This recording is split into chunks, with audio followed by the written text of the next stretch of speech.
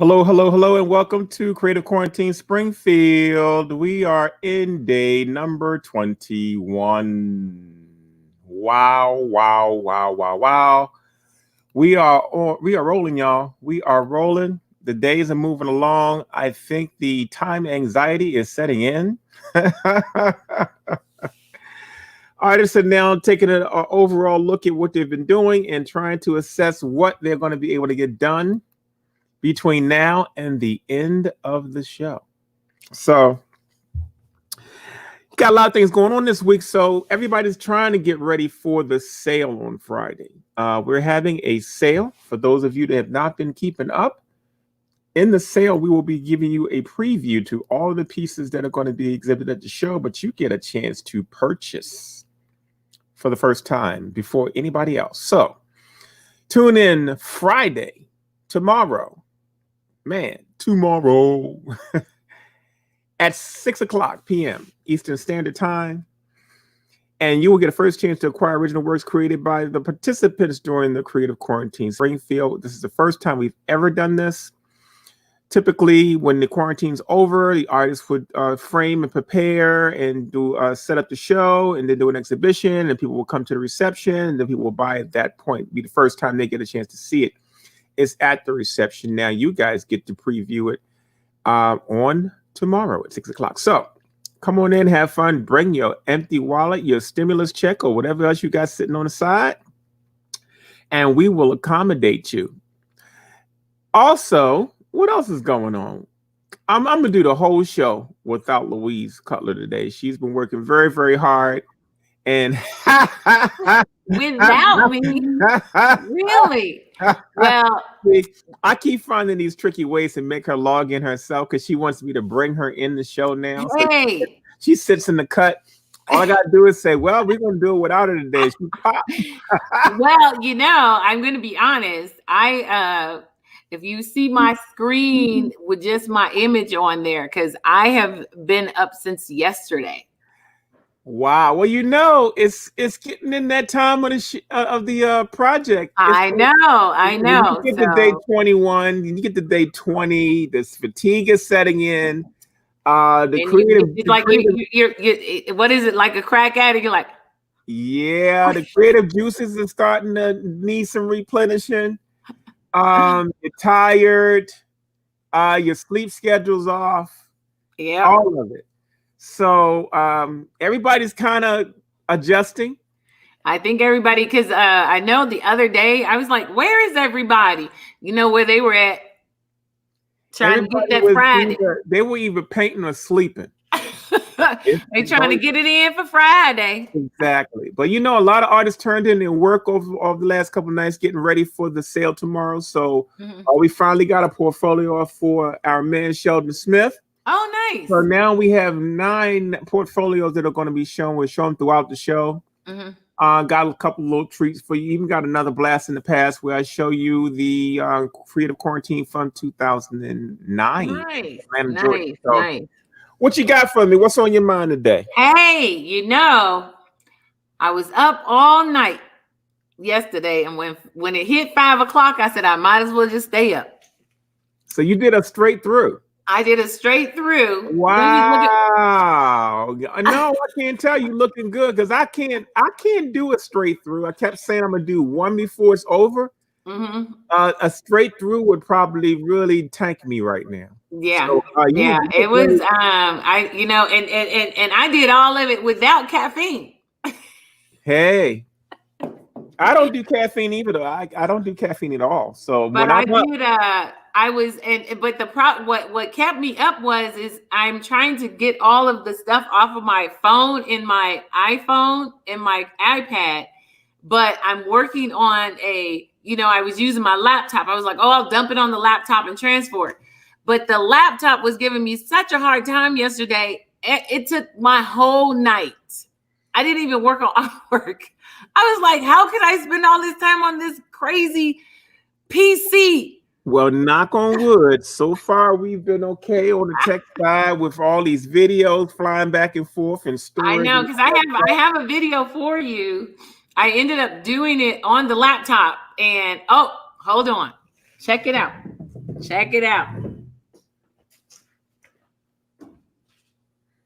Look at her. She got stuff all over the floor. She's got containers with colored water in it, and woo! That looks pretty good, lady. Look at that. That looks hot. That's hot. That's a hot first response to alcohol resist right there. That looks good. I know, and I played around with it, and you'll get the video. I played around with those pearlescent colors that I have. Okay. I played around with the pearlescent colors, and because I showed it to Karen today, she was like, "What colors did you use?"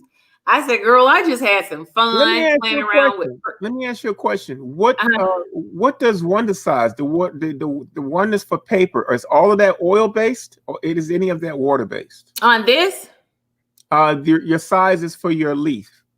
Oh, it's no, it's one's water based and one's oil based. They only use oil based.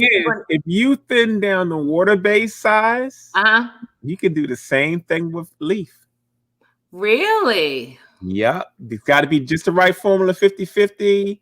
Drop the alcohol in it. It's gonna do the same thing, and then you can go and leaf on top of that. You talking about? Oh, yeah, I bet that because I'm going to do some. I was thinking what I'm going to do on these. I'm just going to ink them. I'm just going to pen and ink them, and then I might put some leaf in there. But they turned out fabulous. Yeah, they look good. Did you do all 4 of them the same way, or you did them all different?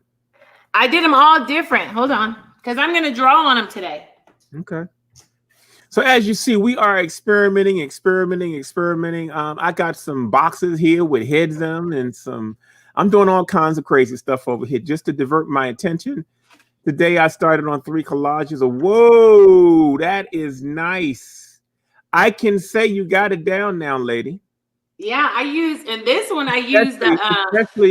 especially on white. Especially working on white. The secret is making sure you seal that paper, and you could do some crazy stuff. That's what I said. And you could really see all the pearlescent colors in there. And then I used this right here is a ink. I mixed an ink with the pearlescent color. Okay. And so it turned out really, because I was playing around with inks and all of that. Well, for those of you that tuned in, we're going to show you that one more time so you can see what's happening. This is our live sale number 1 on tomorrow. at 6 p.m. Make sure you tune in. You can join us on Art for the Soul Gallery, and you can join us on Creative Quarantine Facebook pages to see what's going on. And if by chance you can't reach us there, you can surely go to my YouTube channel, Larry Poncho Brown. Make sure you subscribe, and you can see all of the shows there, but you can catch the sale on YouTube tomorrow as well. And share with your friends. Share with your friends. Because we're always looking for friends. As a matter of fact, Poncho, I think we should do something where it's like, who can share, whose friends report in, like who shares, and then they have to shout out the person that shared it. Well, that would be nice, but we got something that's actually going on right now that I need to remind everybody of. To the gallery out there, we have our best testimonial contest. You can send us, whoever sends us the best 1-minute video. Oh, my sister has already finished hers. Explaining what you got from watching the quarantine. The best video will receive an original from yours truly. And my sister got You got till tomorrow to send me that to my email box. If you there's the email, Linda. If you cannot upload your email, you're going to have to go to wetransfer.com to get me that video, because your video will probably be too big to send. So wetransfer.com is free. Just connect that to wetransfer.com to my email address, larryponchobrown@gmail.com. And it'll go right to him. We'll have, I'll select the winner as soon as we get the videos. Yes. So Miss Johnson already have a video. She was like, Louise, send me Poncho's phone number. Hey, it's time. It is time. Like, send me his email address, because at first she said I wasn't going to do it because I'm not an artist. I said it doesn't have anything to do with an artist. For all of the people who've been watching the show, everybody who watches is eligible. But we got this thing called the gallery that consists of people who have been watching all 80 hours, 80 plus, now 90 plus hours of yes. So on my gallery, don't get beat out by somebody that just started watching yesterday. Don't get beat out, because you know somebody that's just started watching is gonna come in for one of those Poncho Brown originals. I might sneak something in under a pseudo name. Yeah, with a mask on. You'll be like, who is Chuck E. Cheese? Oh, that's definitely a winner right there. We need to contact that person. That's right. Who is Chuck E. Cheese? Yeah, I don't know. This person's from Fort Collins, Colorado. Yeah, I know who it is. In any event, y'all, that's all the stuff that's happening. Those look great. I guess we might as well go ahead and get this thing started. Let they do what it's going to do. Other than that, I am. What am I? I'm in a weird state. I guess I'm also predicting the end of the quarantine, but my brain is so wrapped up in the organizing for the exhibition. So right now, I'm trying to get ahead. You're in limbo. You're in a limbo. Yeah, but in the studio, I'm in a serious limbo. You should see the explosion of my 2 tables. I got stuff everywhere. Things that I started that I hadn't finished. So it looks worse than my floor. Oh yeah. I have to give you a tour later on. It's ridiculous. But so how late did you stay up last night? I stayed here till about 1. I didn't do a late nighter. So, but now you got me charged up. I don't know when I'm going to do my overnighter. It might be a good overnighter day for me would probably be like a Monday or a Tuesday. Yeah, I'm like, we might need it by the time this thing's over, because I'm next week I might go hard. I know. If we go, you know what? I was like, okay, I've been counting. I'm like, okay, so this will make how many? If you got your list now, you know exactly how many you got. I'm like, so this will make. Well, they're not. I got more on that list. I was trying to. Did you get the list? I got your list, and I also got your pieces too. You know what I ended up doing? I got your collaboration pieces as well. You know what I ended up doing is sending it to all 3. I don't know what to do with those. What? Your collaboration pieces you sent me. I got them today. I gotta come on, show them. I gotta wrap my brain around these.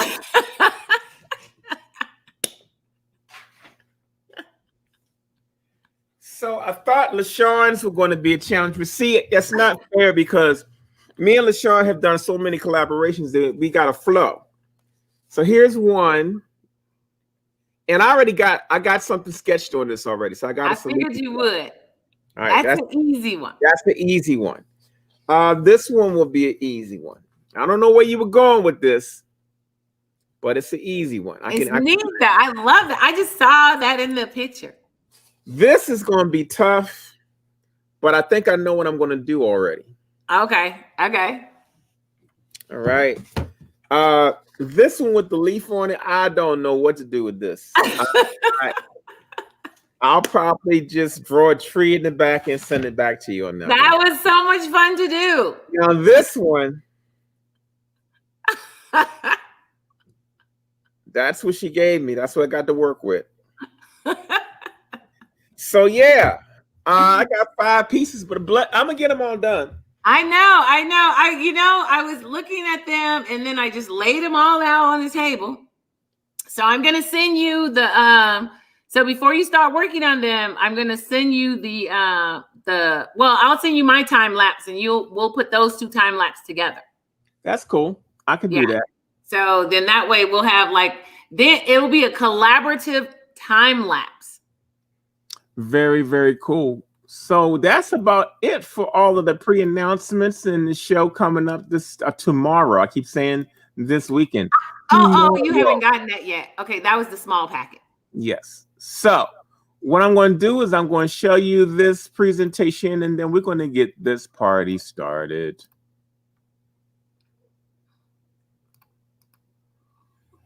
So it's day 21. We got 10 days left. I had a good, productive morning. Got in here early. Started prepping 3 pieces that popped into my brain. I have some gun charts that are target charts that I use when I go to the gun range. And I happened to find a couple of them. So I looked at them and I said, wow, those would really translate well into a new series. So what I'm going to do is I'm going to start 3 new collages today. Big 24, 36-ish. Nothing but Mod Podge and a big old sponge brush. I plan to do them real crude and I got the idea in my head. So I'm going to be working on those, starting those up, getting the base on those. And I am going to also circle back and start dry brushing the pieces that I casted yesterday. So I'm really feeling good today. All the artists now trying to get themselves situated for the sale happening on Friday at 6 o'clock. So if you have not been paying attention, check us out at Friday at 6 o'clock on the show. And we will be actually giving you a first preview and sales opportunity on this Saturday. And it will also determine whether we do another one before now and the end of the quarantine, which is in 10 days. So everybody's in mid-game. Everybody's been trying to get their list done, to update what their the pieces they've created and the specs and all that, so that we can put those pieces on the show tomorrow. It's going to be a little bit involved with making that happen. So more than likely, I'll be up here late tonight doing that. In addition, Luis is going to be helping us do that so we can get ready for that sale on Friday. So my day is going to be full. My night is going to be full, but I'm up to the game. My energy level is good today. Artists are coming through. Portfolios are coming up. We got about, I think we have 9 portfolios up now. So there's only 3 artists that need to submit some work. So that's what's happening, y'all. Everybody's moving and grooving. LaShawn's build pieces are coming in. I just got some of Sheldon's new works coming in. So today's show, you'll probably see that preview going through. I'm also thinking about showing you the exit interview from Creative Quarantine, I believe 09 in Atlanta, Georgia, which was a really nice quarantine featuring myself, Andre Thompson, Gwyd Redford, and the great Grace Kisa. And so you get to see our thoughts on that particular one. We're going to probably try to do exit interviews on all the artists for this particular quarantine too. So with that, let me get in the studio and show you what I'm working on. So today I got this idea to use some of my targets from the gun range and create some pieces that speak to what's happening today. So I've been collaging all day.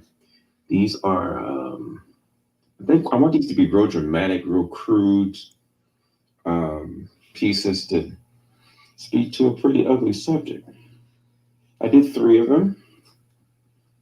So I'm going to be working on these, um, you know, probably all through the night.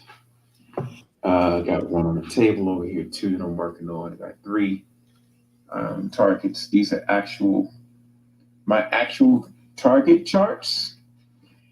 And I'm a pretty good shot. If you look at this right here, I got a pretty good grouping by the X, but we're going to use these charts to talk about the gun violence that's been happening. So I'm just giving you a preview to what that's going to look like. Got a lot of work to do on those. These are about 24 by 36. And after I get those done, we'll have a dialogue. But until then, it's just a sneak preview of what's getting ready to happen with that.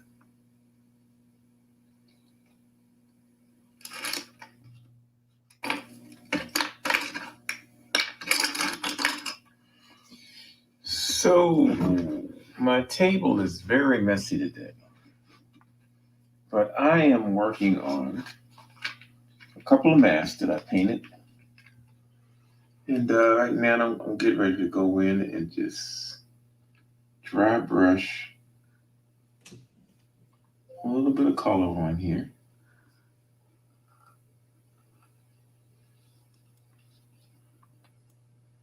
I may do this in several layers of color. I'm just trying to block it up right now so I can get some shape on it.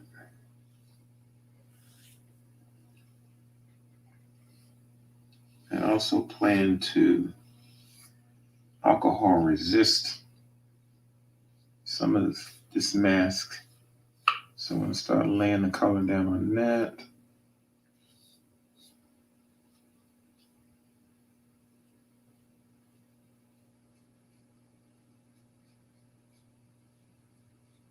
Again, just dry brushing some color areas in on it.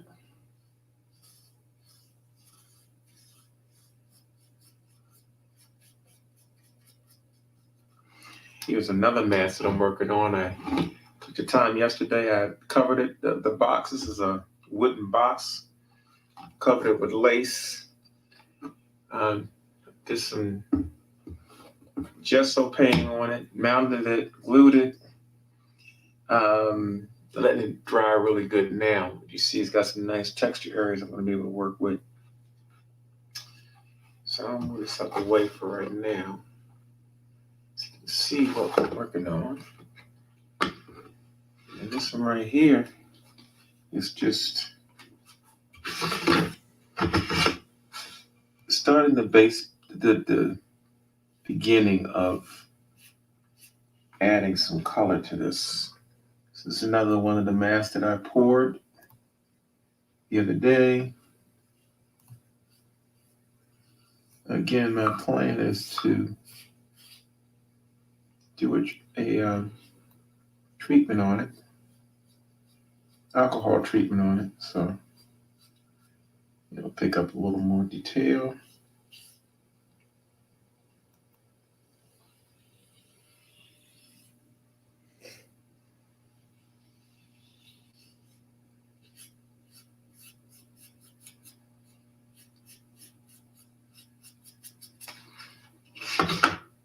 So on this one, I'm just going to pick some cool colors.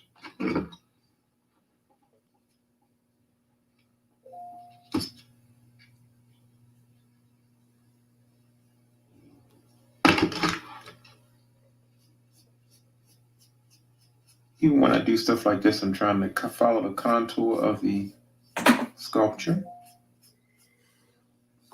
So I would paint her face just like as if I was painting it on a painting. Follow some lines, some shape.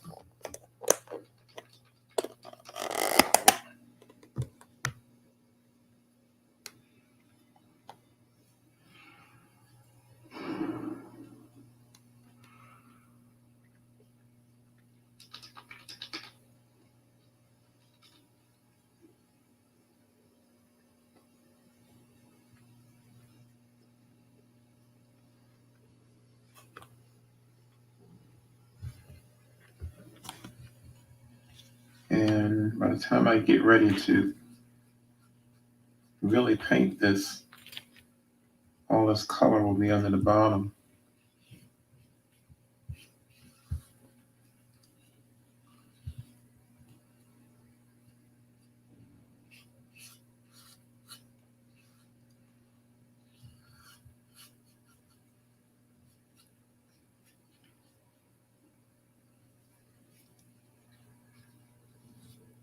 Trying to get some of the detail areas under her nose. Again, I'm just blocking in color for detail. For when I start to do my alcohol resist, it'll have some body under the bottom of it.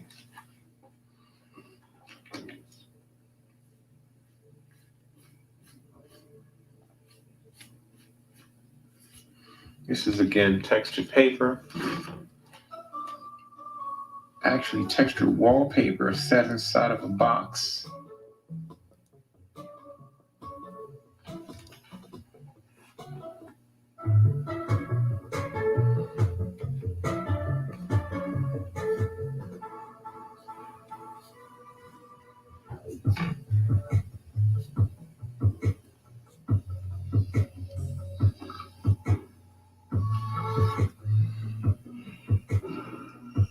I think I'm getting ready for my alcohol resist. So I'm going to mix up some gesso. I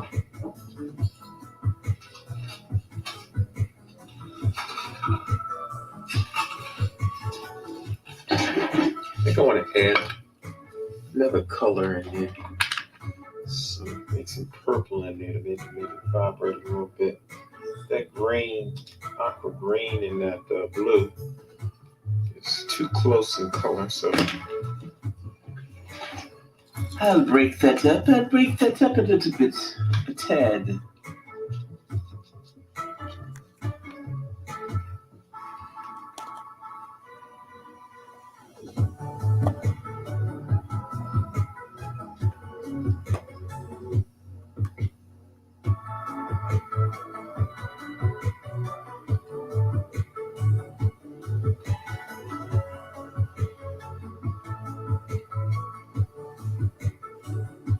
Just enough to add a couple more hits of color here and there.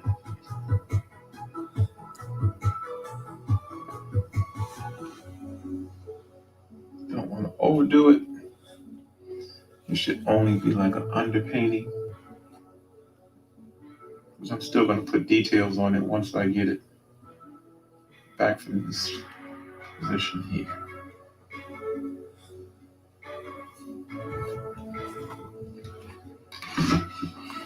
Alright, so I'm going to let that dry first before I do anything to it.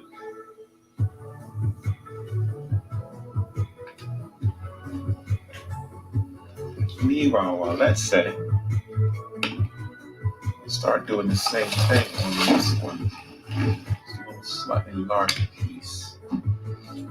Thinking about working some reds and warm colors into this one, like a red oxide.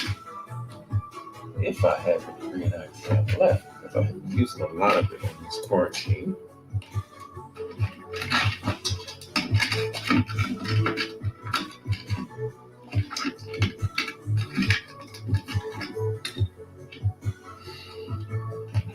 Let's see what we got here.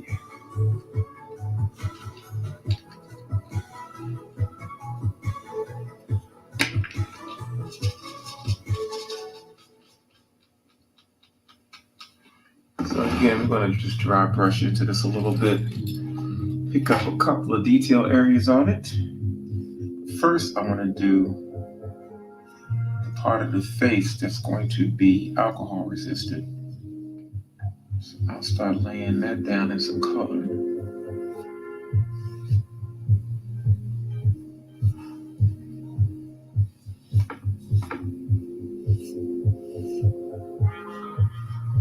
As you can see, I'm trying to follow the contour of the sculpture as much as I can.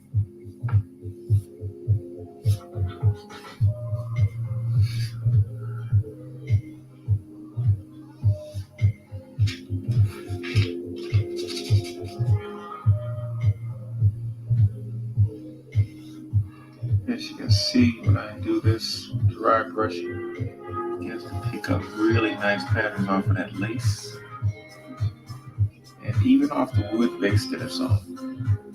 So I want to just continue laying down some groundwork. Let that lace start to show through. I even put the lace on the border, because I plan on dry brushing the whole thing. So, trying something a little different here. I've not done anything that looks like this before, but I'm trying to get more into some sculptural works and some assemblage works in the near future. So why not during the quarantine?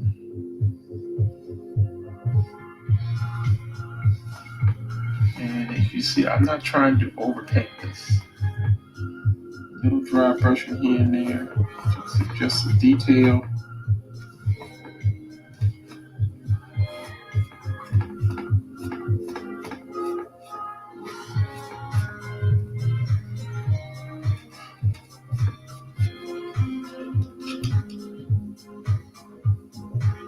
And this right here, you gotta be real careful because I don't want to lose the detail in this lace on her forehead. So I'm just gonna go ahead and dry brush that, because that might change after I hit it with the alcohol. And now she's shaping up pretty good. That looks fantastic. I love the lace on that.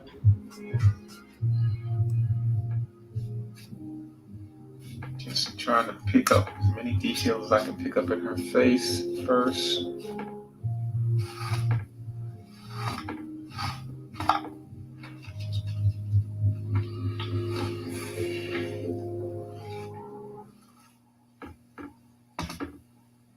So I'll also be painting on the sides.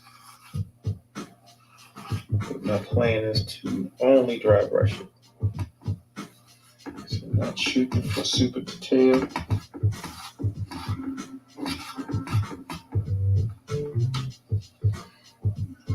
I'll save my detailing for the end. Right now she's shaping up pretty good.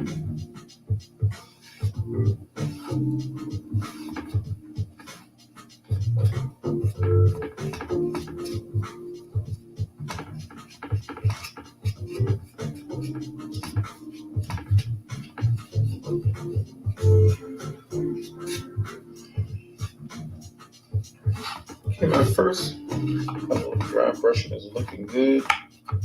Picked up some detail all the way around.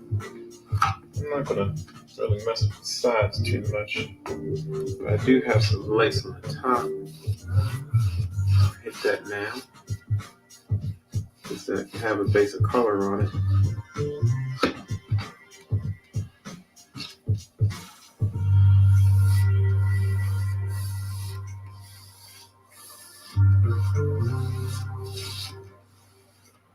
I can always come back later on and subtract from that.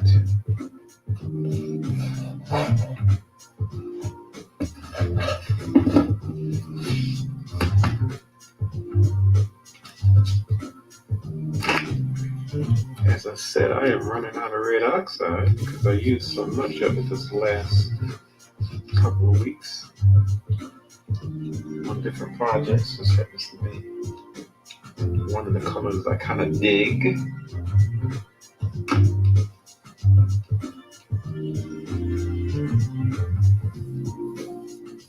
Very earthy looking, clay looking. I like that clay look, even with pieces that have figures in it. Which reminds me of that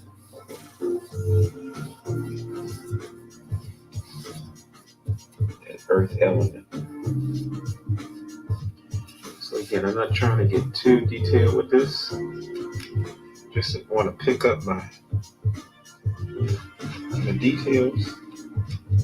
I can see what I'm working with. It's a little easier than working on just that black.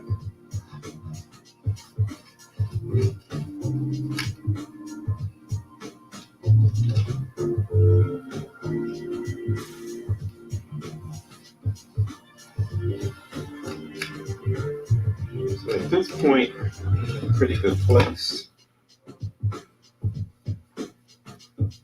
I'm going to add some hotter or warmer tones into this before I start doing my alcohol resist technique, which will probably change everything that's happening in that bass, but I'm also trying not to flood it and let it do what it do.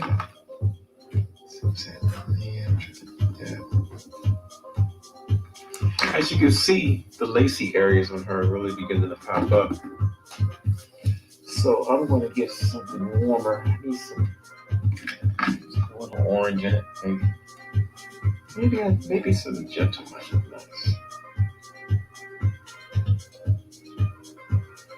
It's another color I haven't really done a lot with. Just bought a tube, so let's see what we got on top of this tube outside.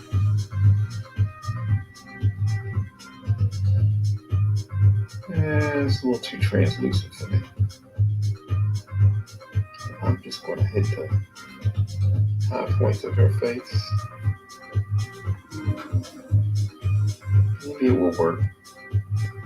Let's give it a little hit.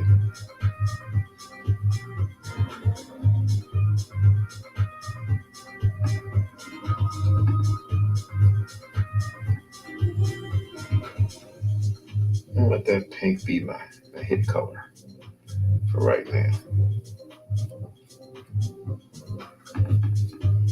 As you can see, that's beginning to really bring her face up a little bit. Again, I'm trying not to overdo it.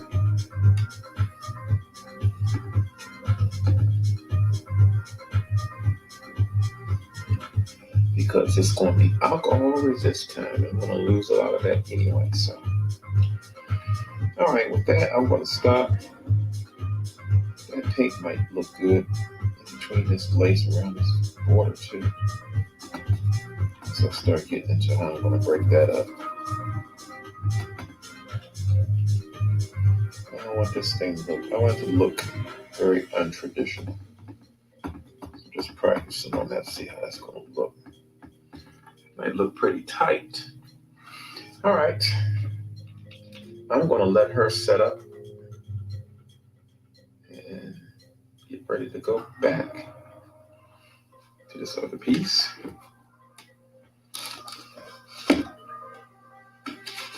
My drawing table right now looks like it's got like 5 or 6 different projects cooking on it.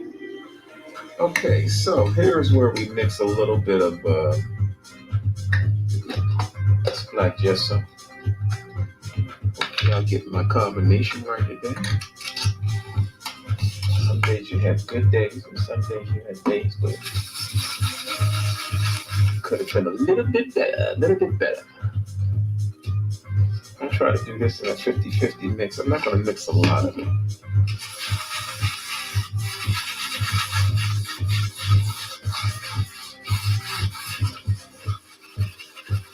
Let me get my alcohol ready.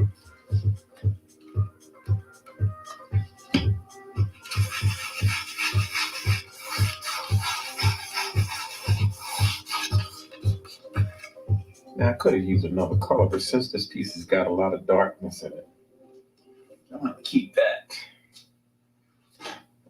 Probably better do a little test on the mixture. So I'll take a palette and see if I can use that. Here's an old palette of mine. I'm just going to do a little bit of a test here, so I'll move her out the way. And I'll take this mixture and take my fan brush.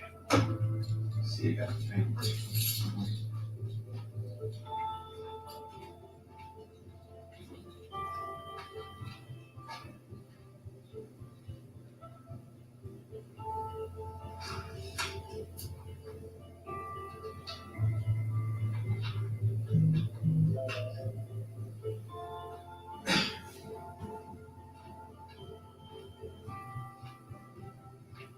So I use the fan brush because it keeps the paint moving. So I got two different types of fan brushes that I'm using right now. Of course, my older brushes tend to do this a little bit better. I'm going to test first.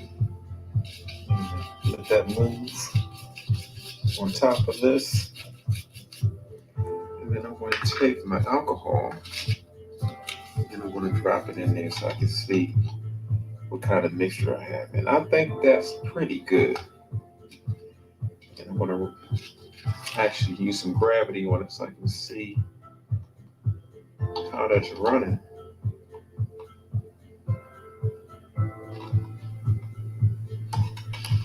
Okay, it's not too bad, not too bad. See how it's showing me a little detail on the bottom of it?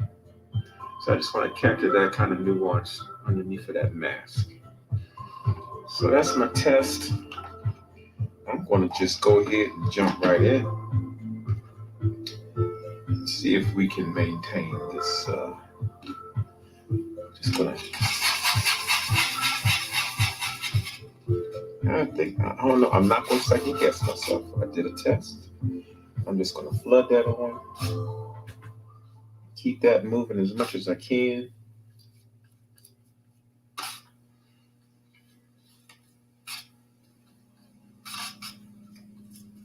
And now I'm going to go ahead and start using my alcohol resist.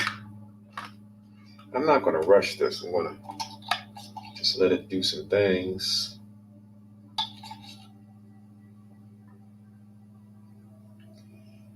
And get some of the areas before it sets too much.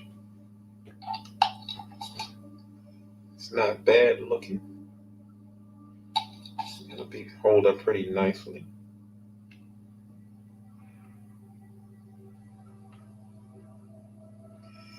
That looks actually very, very good. I'm going to leave it alone. Sometimes you just got to leave stuff alone. And I'll take another brush and try to get rid of the puddle that I created in there inside my box. Or maybe I just tilt. No, I don't want to tilt it because it'll change the design on my mask.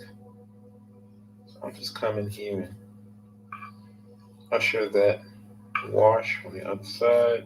I can always repaint those high points again. Just want that paint to run off a little bit.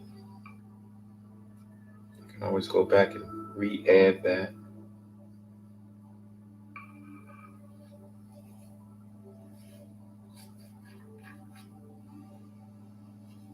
And so the secret with alcohol resist really is just leaving it alone. Leaving it alone, coming back to it after it's done some things. So now that I've gotten that started, I'm going to leave it alone. I'm going to switch it out with this. Let her sit. This one right here, I'm going to do the same thing with. Like I said, I got so much stuff on this table that I got to be really careful. Right from here, I'm going to do the same thing again. I don't think I have enough paint, so I'm going to mix up some more.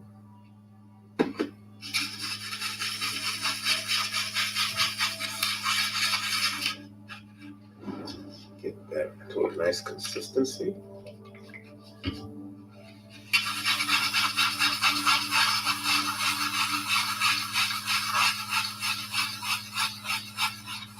You see the cells on that first piece turned out really nice. So I'm going to try to see if I can get something close to that.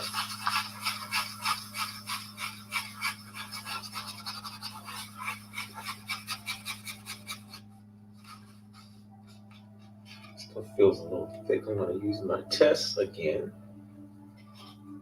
And just hit it. And while it's wet, I'll take some alcohol and drop it in there. And you see it's crawling out. It's on the thick side, so I'm going to have to move a little quicker on this.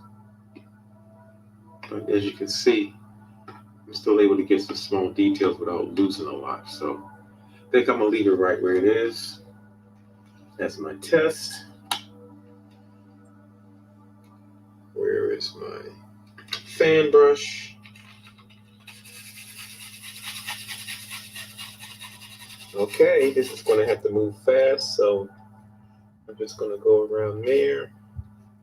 I'm going to try to leave my lace alone. I'm going to go around her face. In the detail areas that I painted. Keep this paint moving and grooving. And before it starts to set up too much, so I'm going to start dropping my alcohol.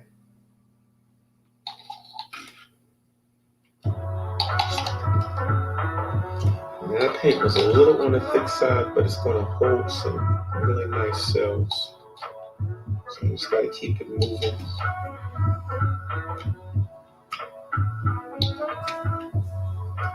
Open it up a little bit.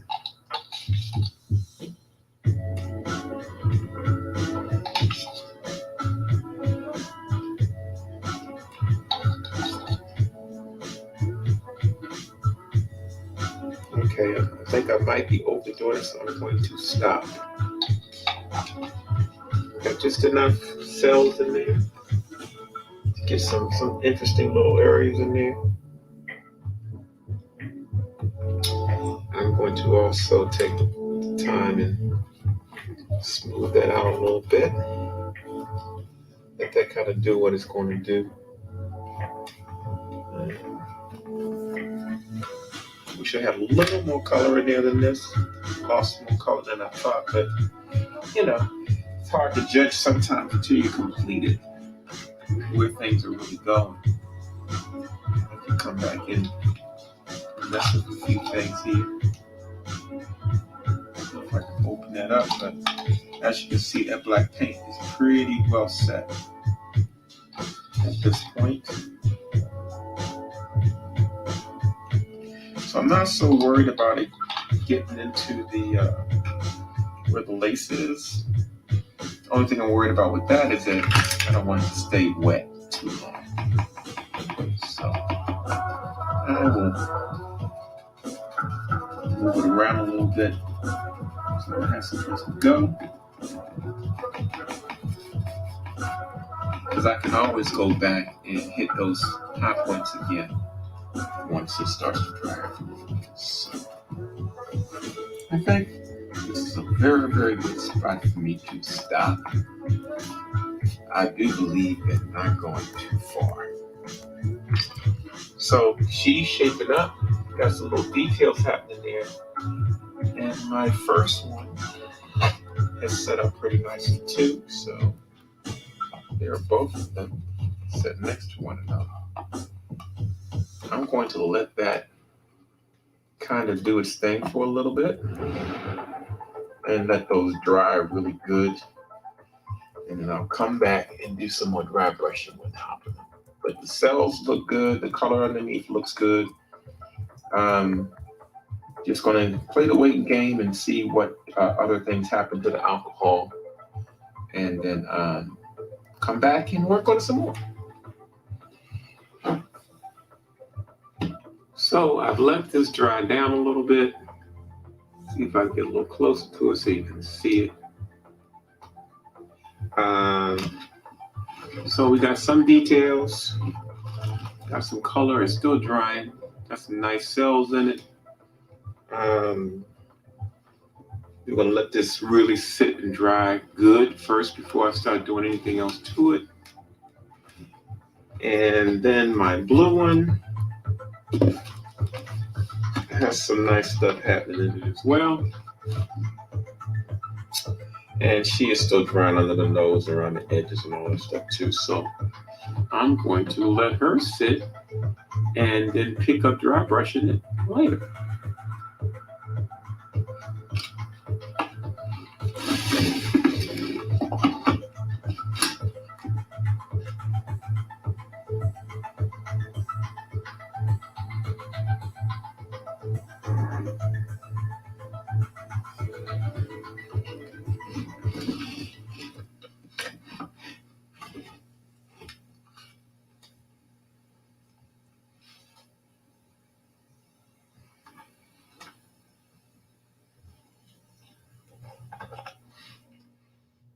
At this point in the game, everybody has their collaboration pieces, everybody has their work charted out.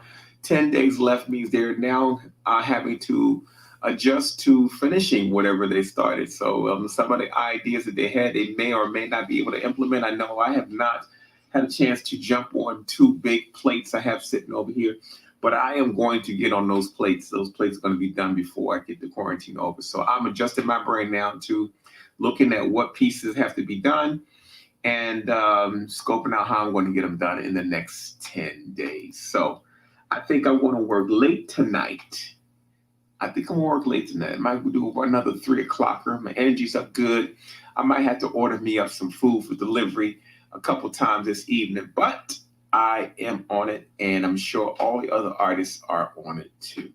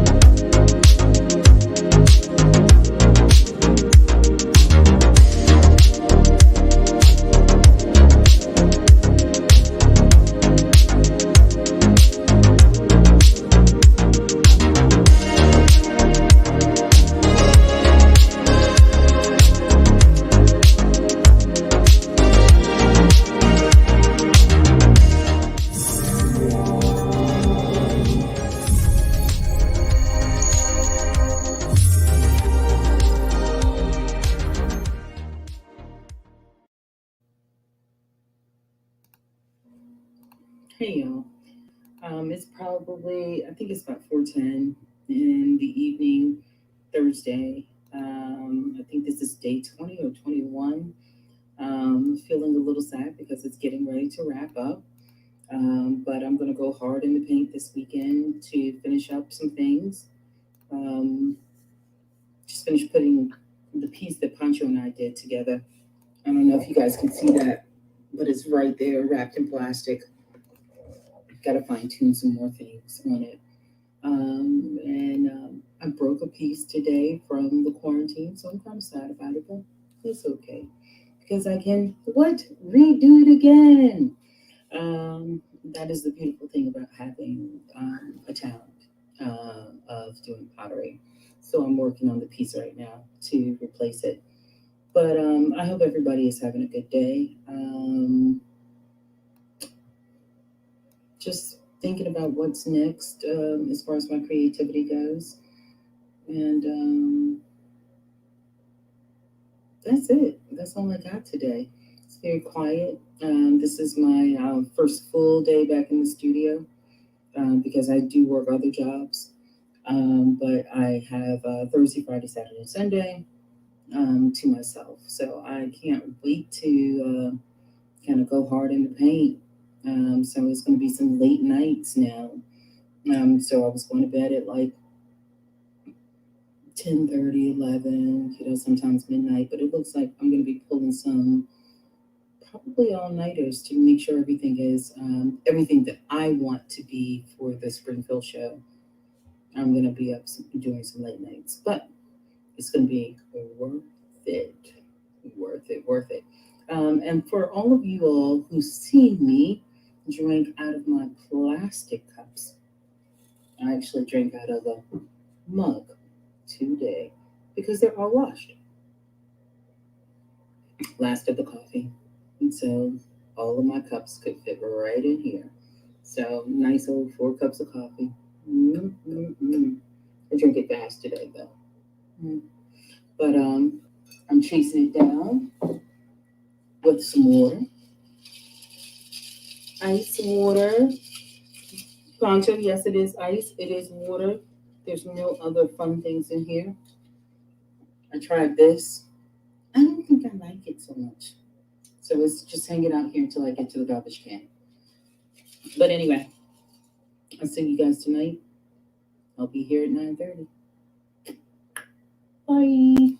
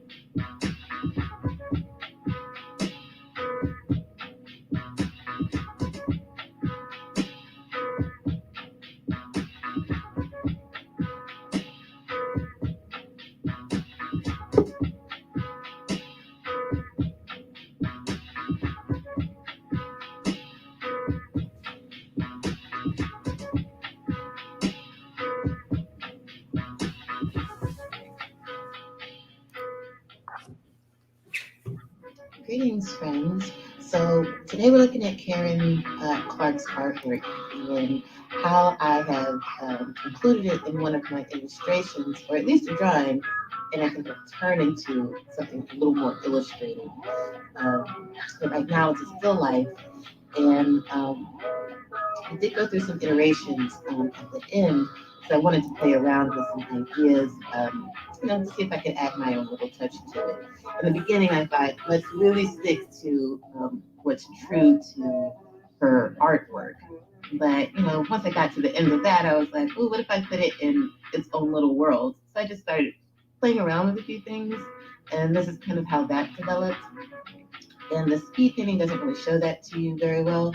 So I just wanted to share a little bit of that before we get back into the drawing, slow down the time lapse a little bit, and just kind of talk about my thoughts as I kind of wrap up this project.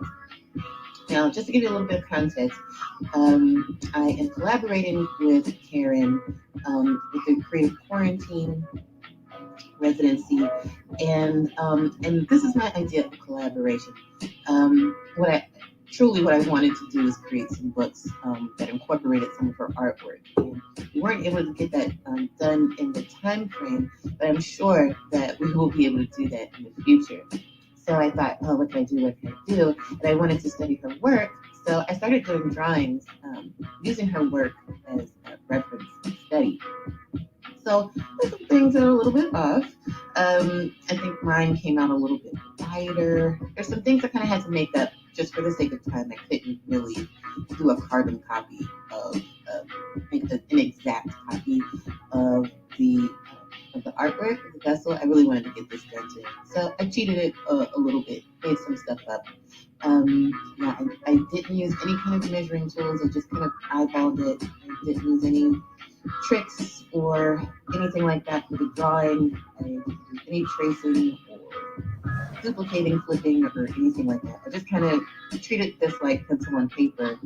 And maybe even like charcoal on Greytone. Maybe I started it treating it like pencil on paper when I was doing the line work. And then when I jumped to the grayscale, that's when I really started to want to pull out the form. I think it did start like a kind of sketchy, like a drawing, but then I really did want to kind of smooth things out and pull out a little bit more of the texture. Which of course I'm always talking about texture. My obsession with texture.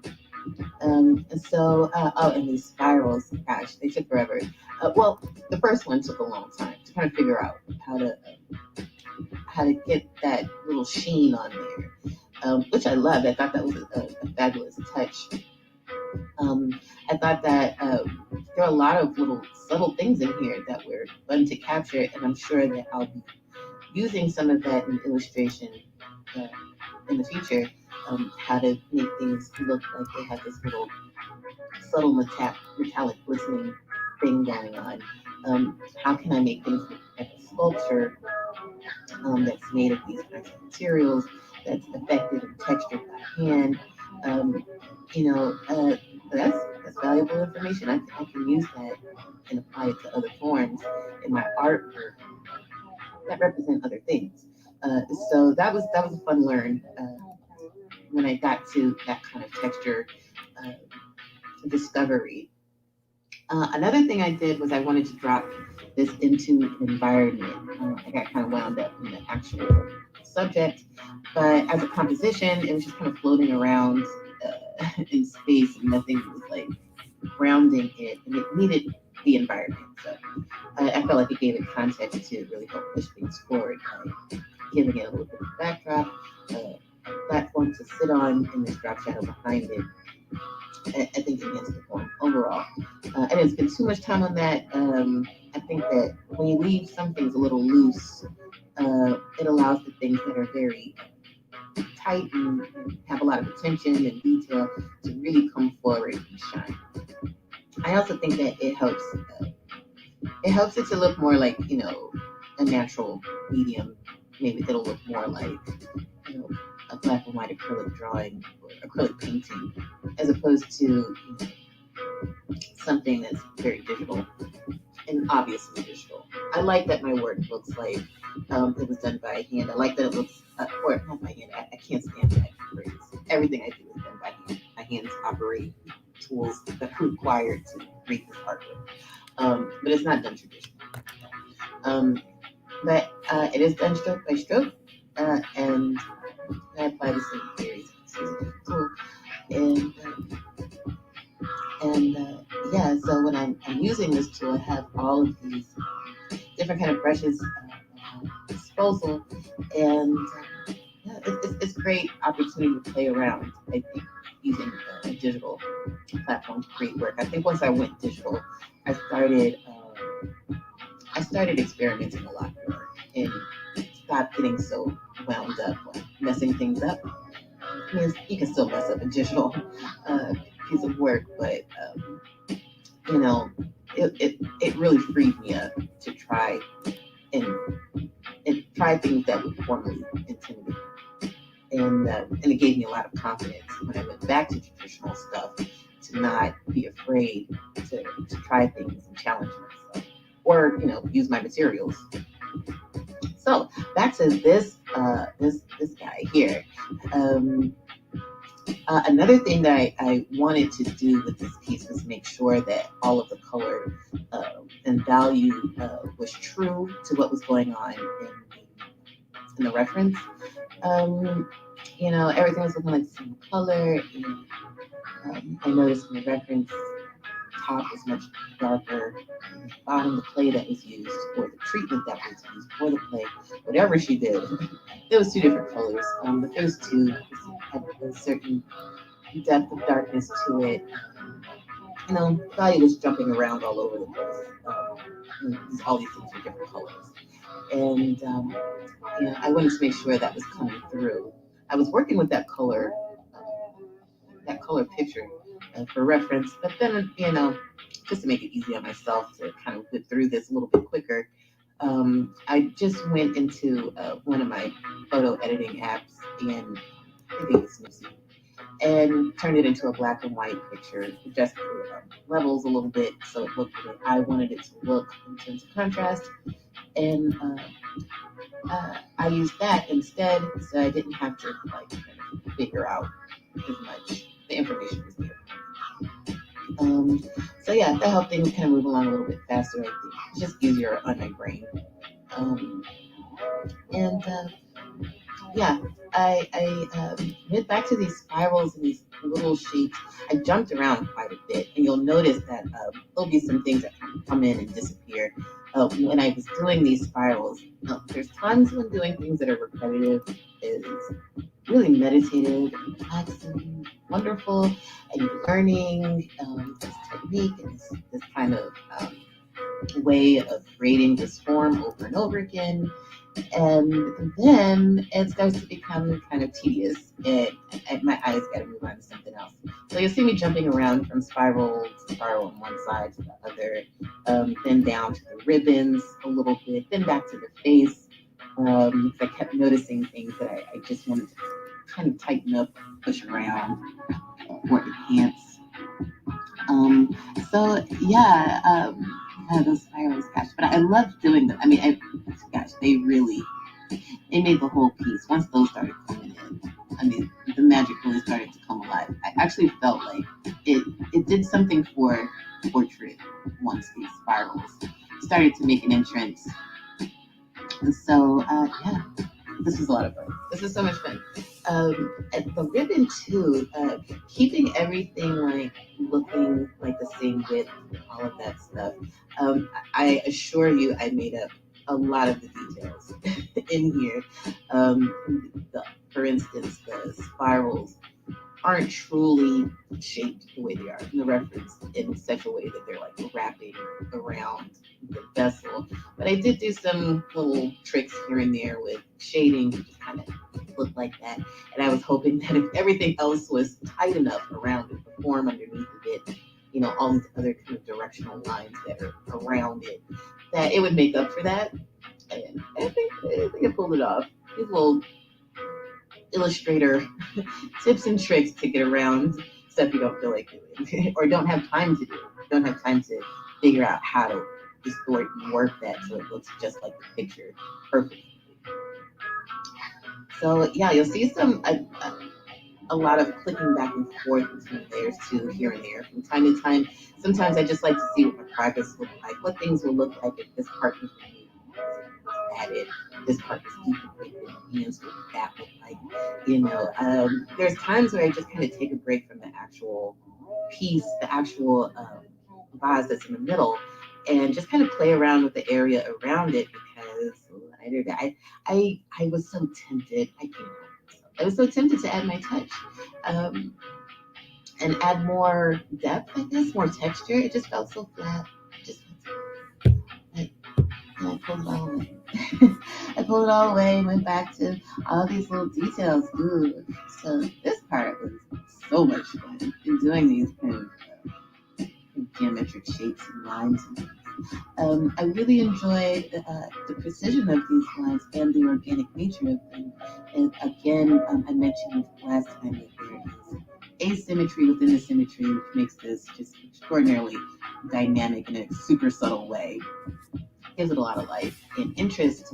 And I think the hair does the same thing very effectively. There's all this kind of freedom in the hair, and there's all this kind of like calm and order everywhere else in these spirals and this ribbon.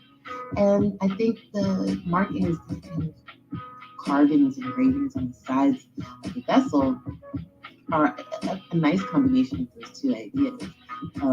It's orderly. It's very orderly, these lines, but they're freeform as well. They're very free flowing. They feel like a stream of consciousness kind of action, more so than a planned one. And I like that. It reminds me of the meditation drawings that I like to do, and doodles that I used to do when I was a kid. I used to like drawing triangles over and over again, like repetitive lines over and over again. And so it was reminiscent of things that I like, drawings that I like to do just to kind of clear my mind or have some fun, or to keep my hand moving, or meditate. I just like the way it feels. Nice. Draw triangles over and over and over again until the whole page is filled out. Call me a weirdo. I don't mind. I love it. So it reminded me of the pleasure of that kind of rhythmic mark making that is beautiful in and of itself. The design of it is more about the moment, your breath, your body, and kind of going with the flow. And there's no right or wrong. And it's still very thoughtful. It's not random. There's balance there. Maybe there was intuition involved. Perhaps. I'm going to ask Karen all these questions. Karen, if you're watching, I hope you're taking notes, because I want you to answer all these questions. Then we'll have a little interview or something. That'd be fun. I can ask you all the questions I've been wondering over this vessel. Yeah, the other thing about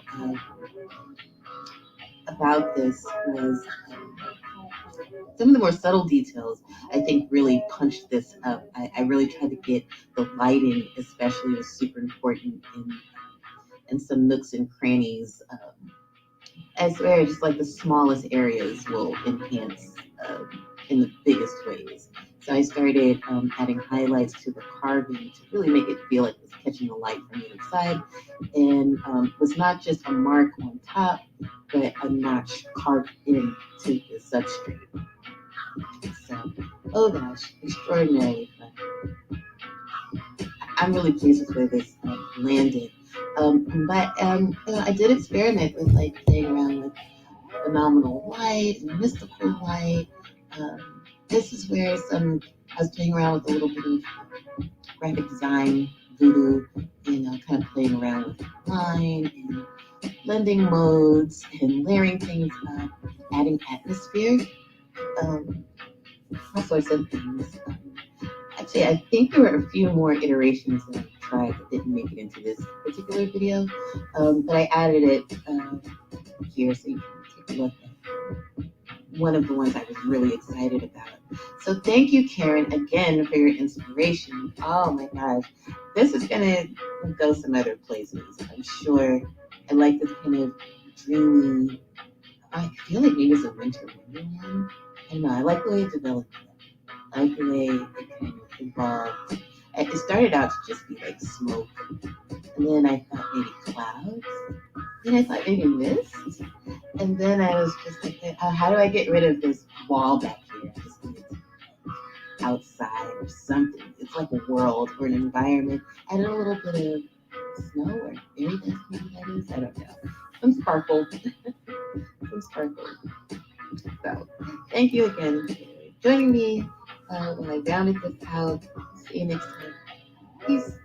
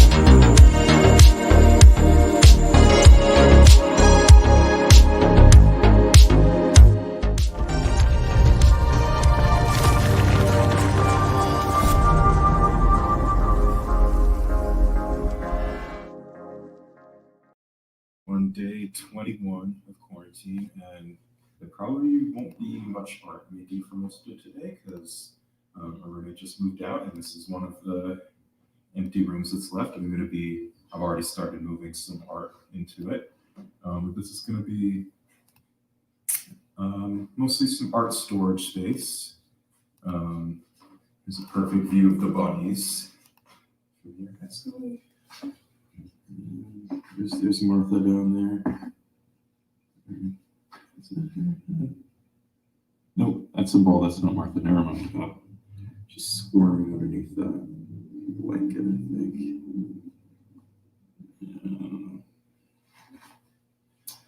But I think mostly in here I'm going to do like some acrylic paints, stuff that doesn't need a ventilated area. I'm going to save the spray paint that's going to continue out on the porch. I really want to do that in here. I kind of want to have two like designated spaces. Yeah, that's pretty much it.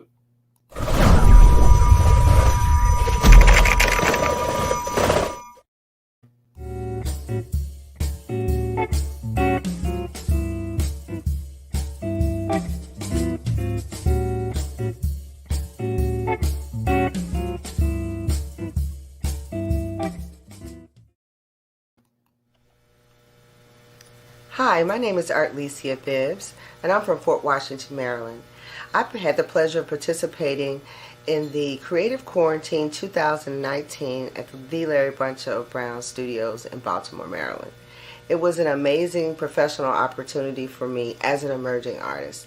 I was in a quarantine for a weekend among 10 other artists from the metropolitan area. It was a fantastic opportunity to network, to learn technical capability from other artists, and for artists to share different techniques that they were using, and to visit other artist studios within the same building. It was great.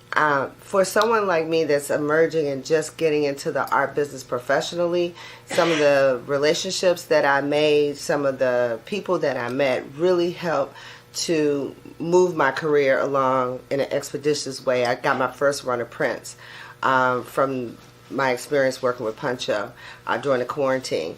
I think that the artist quarantine is an amazing experience. Certainly this year has been fantastic. I've had an opportunity to tune in and see some of the artists that I have been collecting. Actually, LaShawn Bell's one.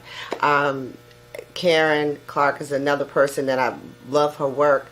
There's just been an amazing group of people and an enormous amount of talent where you're actually able to see people create artwork online, and I've had the opportunity to create alongside with some of them, which has been fun. So I would encourage people to tune in online to participate in the quarantine, and hopefully you'll get an opportunity to participate yourself one day. I think it's a fantastic thing just to learn.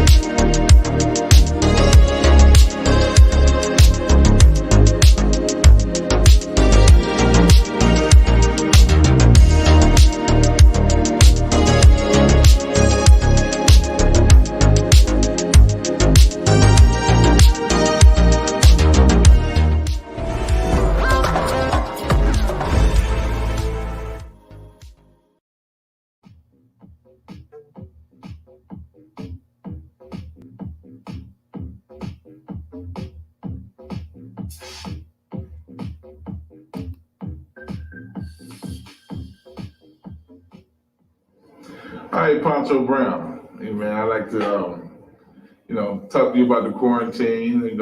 Of course, this interview is coming from Andre, the host. I know, man. I'm nervous. Yeah. From Andre, the host, I'm gonna show you some of my interviewing skills right now. But let's talk about the quarantine, man. Exactly. In the beginning, how you came about with the concept of the quarantine. Okay, quarantine started 3 years ago. My partner Charles Bibbs and I were sitting around having a conversation in a restaurant, actually talking about, man, when was the last time you had a chance to do just a body of work? And then we narrowed it down to college, just like you were talking in your interview earlier. Right. And then we also talked about, man, how much time do you think you could get away from your normal life? Because we both were doing very involved lives and looking at how complicated your life is every day. You got to balance your family, you got to balance your creativity. Then we're all businessmen. Right. So you put them together and somebody's missing out somewhere, and your art does get caught up in that. So we're like, man, I think I could squeeze out a month. Okay. I said, yeah, I think I probably could do a month. But we both got nervous because it's like, okay, well, what are we going to do here? A month is a long time. A month is like enough time for things to start slipping business-wise, enough to cause some friction at home. So, yeah, we could probably work a month. So then we trimmed it down to, okay, well, what months would work? Right. So we said, well, January is always dead, and August is always dead. Okay. So why don't we go with January or August? And that's actually how the quarantine got started. So the first year we tried to find a location that had housing, a display space, and believe me, we rented all kinds of snacks. People made promises, didn't come through. And then at the end of the year, we just said, hey, look, man, we're not going to be able to do this, man. And I got these projects for them. So finally, Charles and I got on the phone and said, look, man, we're going to do this, man. We talked about this for 4 or 5 years now. Let's do this. So Charles said, all right, just come out to California. So our first quarantine happened right in his house, up in his cabana. He had a little enclosure outside of his house that was a pretty good square footage, enough to put 2-3 studios in there. And we basically locked ourselves at his house the first year. So it was just me and Charles. And we worked out some details. And then the second year, so we want to expound on this. We invited 2 other artists, Deborah Shedrick, and we invited Gwen Redford in the second year. And we moved into LA. So it's been fun just seeing how it's developed to this point. And this year we were able to add you and Grace. So we're up to 6 artists. And I've done some weekend quarantines as well as the 4-month quarantine. Okay. Where I invite Baltimore artists in to do some things. So that's how it really got started. And then along the way, artists started coming in while we were doing it. Other artists heard about it, wanted to participate. So I really envisioned, and we really envisioned, my partner envisions this being a bit of like a retreat. Well, the interesting thing about it is, I guess, when you start, half of it when you put together quarantine, it's the chemistry of artists, what they do, exactly who you select for it. How much process do you actually go into? How much thought goes into that, man, within to do? In the beginning, it was really like, well, let's find people that are of like minds. Okay. Then it evolved to, well, like minds is cool, but that's not a challenge. So what would happen if we invited artists from different disciplines? So then we were like, well, that would work. So we said, well, we didn't also want to be fair with the whole dynamic of whether they were female or male artists, we wanted to divide it. So we did a lot of those things. Some of the challenges we've had is that, when you say 3 weeks, most people, when artists, when say 3 weeks, is not a lot of time. You say 3 weeks to the average person is not a long time. But most artists haven't worked around the clock. And see, the quarantine at its highest point was artists working around the clock. So that means there was always somebody in the studio. Wow. When me and Charles first started, he was the host. The host has the toughest job in the quarantine. They got to pull things together. They often be their financing parts of what happened. They have to manage their time, their business, family, and then this strange person is trying to paint. Right. And see, the thing that's funny is when you're doing a quarantine and you in your mind know somebody's up in the cabana painting, something happens to you. Right. So no matter what you're doing, you're trying to get up there. Right. Okay. Same thing happens when you're in this kind of environment. Even if you've got things to do, the hardest job is the host. Wow. So that's a couple of the challenges, but it's really dynamite to see even with that challenge what people could do. First year, Charles was able to create about 40 pieces. Okay. That's total around the clock working and balancing things out. And so I've done enough quarantines now where I've seen what could happen, how it evolves. Each artist comes in at a particular stage. So I select artists based on their reputation in the arts. They have to be peers that are in that at our travels. We're really contemporary artists, so I try to pull from my peers that are in the contemporary realm. That's been kind of the criteria. You have to be a professional artist, first of all, in the contemporary realm, in order to be eligible to even participate in it. This is a selection process. We're looking at relationships, people we think we can get along with, people we think we can elevate, and also people we think we can learn from. Right. Well, and I guess it's kind of interesting too, because one of the questions that I like to ask you myself personally as a host, exactly, I mean, it's an honor to have been selected as a host, and I'm hoping that I gave you all I could as a host, man. But just hey, man, what do you think? How do you think it turned out, man, as far as my hosting, man, just with you? I mean, exactly. Well, first of all, when we look at putting together quarantine, there's a couple of components. There's a living component for artists. They have to be able to live someplace comfortable for a month. There has to be a gallery or a place to exhibit the work. Right. Okay. So when we looked at hosts, you were probably the strongest host we had on the East Coast. I mean, we've been looking at your email promotions. We knew you had Stir, you had Color by Numbers, you had State of the Arts, you had children's programs going. So me and Charles had already been murmuring, man, Andre's really holding it down in Atlanta. Right. Okay. Also, it seemed as if you were also doing a good job of networking with the artists that are here in Atlanta, which me and Charles have done in other cities. So we all consider ourselves to be arts advocates. We're really about artists first, business second, and then that's how we do the premise. So a lot of times when we meet artists, we got all these egos and stuff to hit because we're so used to being defensive, broke down. People been getting over on us. So it's a defense mechanism for most of the egos you see out there and the things we deal with. But the quarantine has this way of bringing humility back into it again. Once you realize, damn, they're not trying to do nothing to me. Right. You can relax a little bit. I don't have to justify myself to him. Exactly. Right. They get me. See, the first week is funny because the egos die in the first week, no matter where you come from. After that first week of having dialogue with people that are just like you, that think like you, there's a change that happens. And that second week is where you can relax, man. You feel like, man, I can run through naked if I want to do what I need to do, rather than these facades and egos and things that we often prepare just out of defense for the stuff we have to deal with. So I think that's powerful to see that kind of thing happen in such a short amount of time. And then I ask myself, with us trying to elevate the arts, how are we going to do it? This is the way to do it, by meeting each other, forming allies. Even with the quarantine, each one of us have worked on other projects with each other, which I think is an exciting thing to see happen. So would you say that having worked with a few artists that you pretty much have learned some things about, or some things from other artists yourself, maybe some things that you may have not known about the artists, or some things that even now you maybe have different perspectives on different artists just from you working with them? I mean, you care to elaborate on some of those people and places or whatever?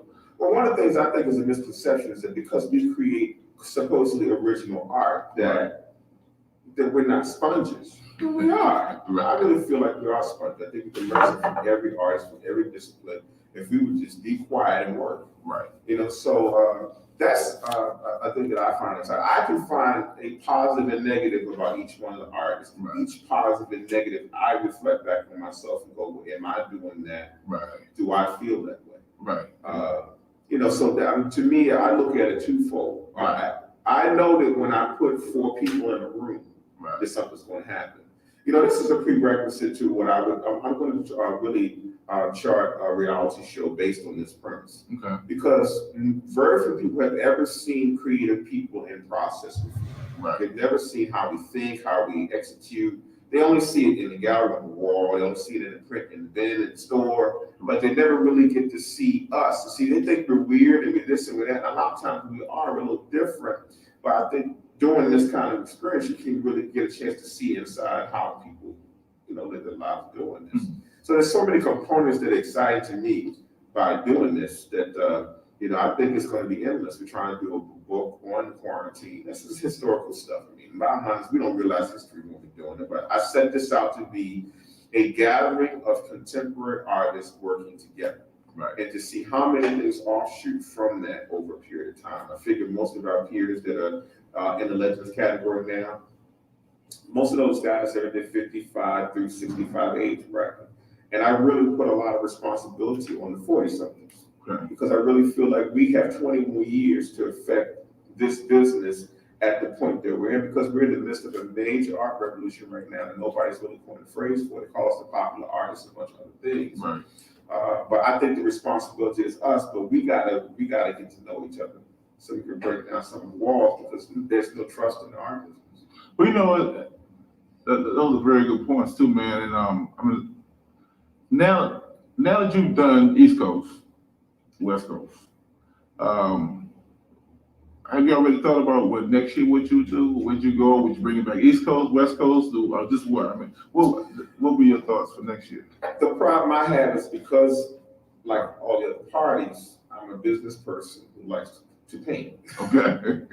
So I'm trying to bounce all my ideas off with trying to create. I'm also a proud father, so I like to devote the right amount of time to my son.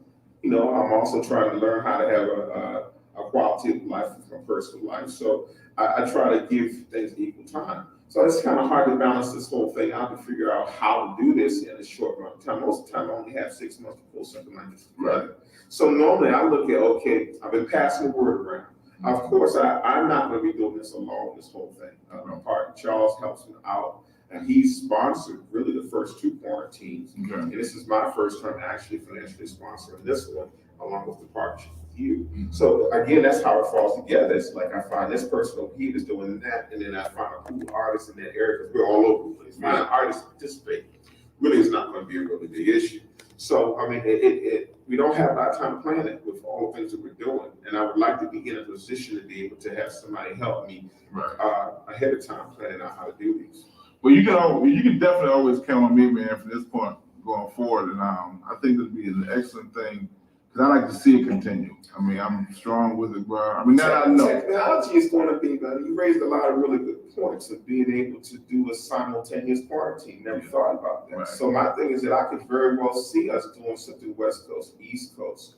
Some of the components we have here that's exciting that I don't think a lot of people know is that when we do the artwork here, we create it, we document it, and we upload it online immediately. Right. So, I mean, you can actually see the stuff that we create online within this period of time. So, and that's the kind of thing I wanted to have happen. I wanted to be interactive. I wanted people to really see what's going on, that they're really keeping up. And so I would like to see that happen again. But if we could find a web developer on this side, or maybe a web developer assigned to each one, and do it simultaneously each side. We can do video feeds where we could do conference calling, maybe get a conferencing system maybe where we can talk to the artists that's happening in other locations. Again, this is the beginning stage. This is only the 3rd year. A lot of good ideas are coming up, but I'm also like this realistic. I hear a lot of good ideas. Yeah, that's right. You know, we are idea people. Oh yeah. But if nothing else, you know from me from watching me work, I don't do a lot of talking. It's about, okay, once we put it on the table, let's work towards getting it done. That's what I like about my partner, Charles Bibbs. If he says, hey, look, man, we sit down, we talk over lunch, we want to do A, B, C, and D. We make it to D every time.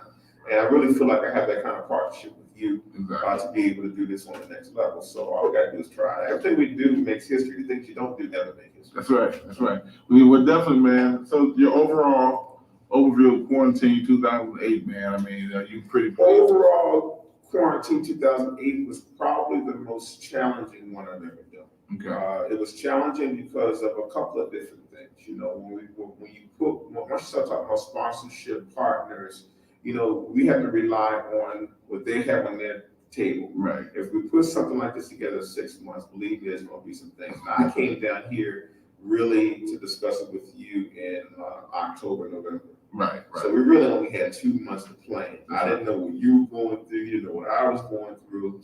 Each one of the artists that had been invited to come back, because once you're in, you're automatically in. Okay. You have to say, hey, look, I can't make it. Right. Unless there's something technical that happens. The first year we've had a couple of technical things happen for the artists. Right. You know, we had issues with housing and the time frame that the housing got together. The gallery portion of it was probably the easiest transition for us because we were able to get in here, we were able to get it set up, we were able to set up in a way where it didn't stop you from doing business because Charles had to shut his gallery down in California, which is very difficult for somebody to do and try to manage a whole bunch of things. So, it was a challenge this year. I had to deal with inviting artists, artists leaving. I mean, we dealt with a lot of stuff this year that we never dealt with, but it all comes with the territory. I think that's something that we're going to have to look at when we select artists. I know what criteria to look for. I try to get past the whole personality thing because I think that's part of what we learn. The one thing that I know we have not learned is we have not learned to work together. Right. And, I hope every day, and I pray for it every day that we'll see it. But thankful for people like yourself in the industry, man, who just keep it rolling, man. So I'm proud to have been a part of it with you. And like I said, you can always count on me this point on, to be a part of it. And let's do that simultaneous thing, man. I'm excited about that. I think it's exciting. But like I said, even when we did our thing, we had to sit down, and even you and I had to box each other a little bit to kind of see where we were. Exactly. And, I think my thing is that I do this with love, man. I do this with a lot of love. I mean, I am not the most competitive brother in the world. I consider myself to be very humble. You never hear me talking about my work. You never hear me talk about the impact of my work. I'm proud to be an artist. I'm a second generation artist. My dad was an artist who was very frustrated with the whole business, never decided to do it as a living and take care of me, had me when he was 16, 17 years old. So I grew up with my parents. I grew up with that relationship. I never had to deal with trying to prove to them whether I could do this or not do that because I always had the blessing. So I do this for a lot of love. And my thing is that I love, it took me a while to realize that if I'm a black sheep and been a black sheep my whole life, then most artists are probably black sheep. So now I've stepped outside of myself to try to address some of the things we have to deal with. And with that premise, I think we can get a lot done. I mean, trying to understand and break down the barriers is the hardest thing for artists because we've been beat up, torn down. We've justified ourselves our whole lives to everybody. Nobody understands us. We are true black sheep. And I was called it the Black Sheep Club. I started calling it the Black Sheep Club rather than the Creative Quarantine. Because once you get in here and you can relax for a minute, then you can open the dialogue. And that to me is the most exciting thing we can do in this business. So that's what you'll see me doing. And I'm glad to form partnerships like this with, R5 Gallery, 626 Gallery in California. And we're going to keep this going until we just ain't got time to do it anymore. So that's what I'm all about, and I'm glad you gave us the opportunity to do that this year because I know, man, that there was a couple of times when you felt like, hey, we're gonna call this off because I talked to each artist beforehand, and everybody had some challenges. You know, Grace almost pulled out the day before we did it, and this is stuff that happens every year, because when the year rolls around, you don't know what's going to be happening. You were having a drama here, we had these big projects going on. I mean, so all of us had an excuse not to participate this year. But at the end of the day, we ended up with a body of over 100 pieces again.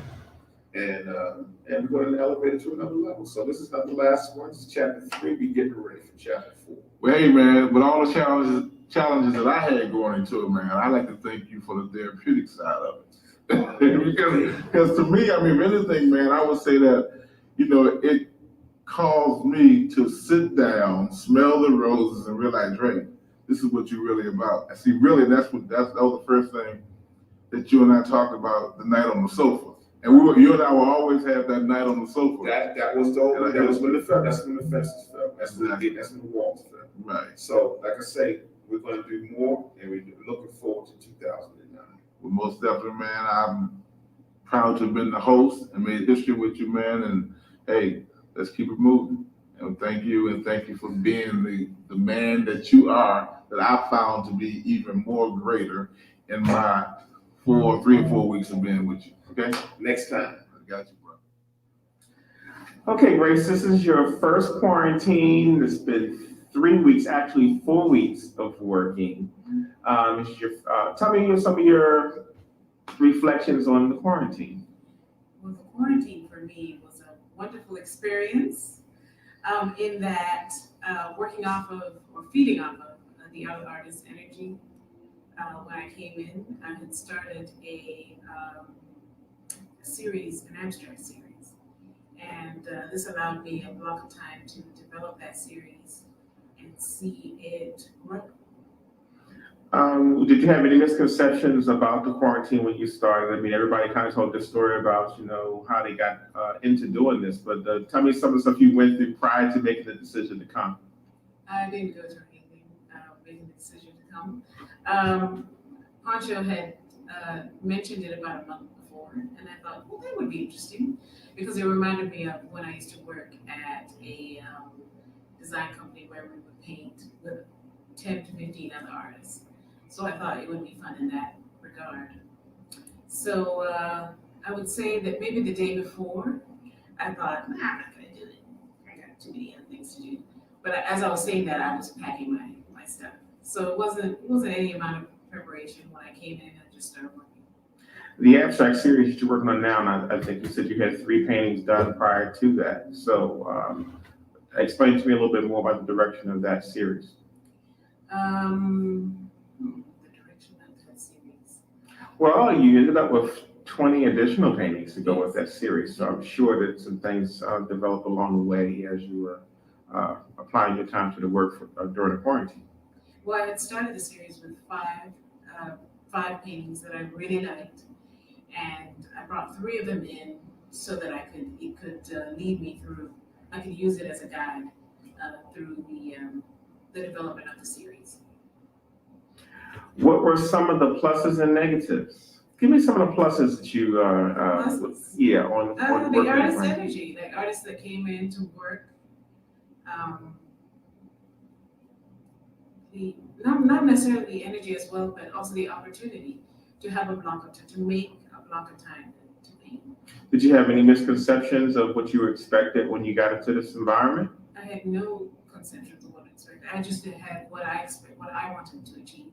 And I wanted to do as many paintings as I could in that series. What were some of the physical challenges associated with doing with this? Well, I live about 45 minutes away, and the $20 a day on gas was a little bit of a challenge, but I worked around it, and coming in from Lawrenceville, not only is it 45 minutes away, but sometimes with rush hour, it can be an hour or an hour and a half. So trying to come in after rush hour, both ways, coming in and going out because it was late night, so it didn't matter. But really coming in was the length of time. So that was about the only challenge was that, and then trying to find food. Food that we could eat. So did you go through anything physical? Physical? Yes, anything physical. Was there a physical aspect to it? I did develop a kind of a little carpal tunnel in my right wrist from all that painting. Some of the pieces I did were larger, so and I used a pretty like a 1-inch at the most brush. So all that excitement of trying to finish these pieces, I developed a little tendonitis in my right wrist. So was there any fatigue at any point? I think it was more of a mental fatigue. Well, by the end of it, yes. But explain a little bit more about that fatigue, because I think what I'm trying to get people to understand is that there was a 3-week session here of us really working together. And there's some things that most people wouldn't expect us to go through. You're a professional artist, and you do this every day, so most people wouldn't pay this any attention. But now that you've done it in a 3-week period, I'm sure you were exposed to some physical things that you probably wouldn't have been exposed to when you're normally in the studio. Yeah, I guess the physical fatigue and the mental fatigue, the driving back and forth. Because usually I work at home. I have a studio at home, so the most I would have to do is run upstairs or downstairs or 2 doors down the hall I don't have to get in the car to drive. So I think that the travel part.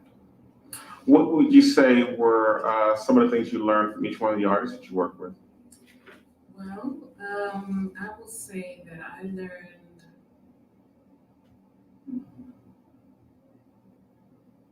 learned about painting on different surfaces from Pancho. He had these bowls, these magnetic symbols that when I saw him do the first one, I thought that'd be a great way to another piece of merchandise to sell, something else to paint on other than canvas or wood. And from Gwen, I learned to challenge myself to painting in smaller frames. So the smallest piece that I did was about 8 by 8, and that was a challenge because the smallest usually is about 20 by 24, 18 by 24, or 24 by 24. So the 8 by 8 was my challenge. That's you don't normally work that small. And so, what about Andre Johnson? And from Andre, I learned the art of the multitasking. Explain. So, running a business, putting on a play,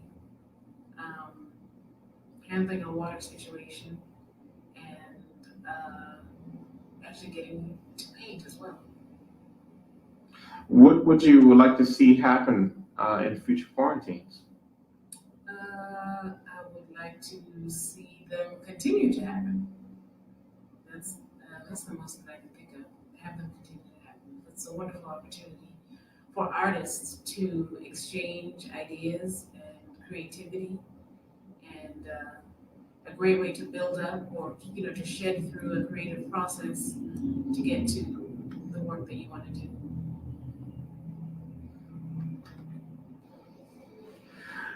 You live with an artist, and this is probably the longest period you probably spent away painting in probably quite a few years. So what were some of the challenges, or what do you think was something that will come out of that experience of, trying to cohabitate with another artist, but having to come to this for the last month?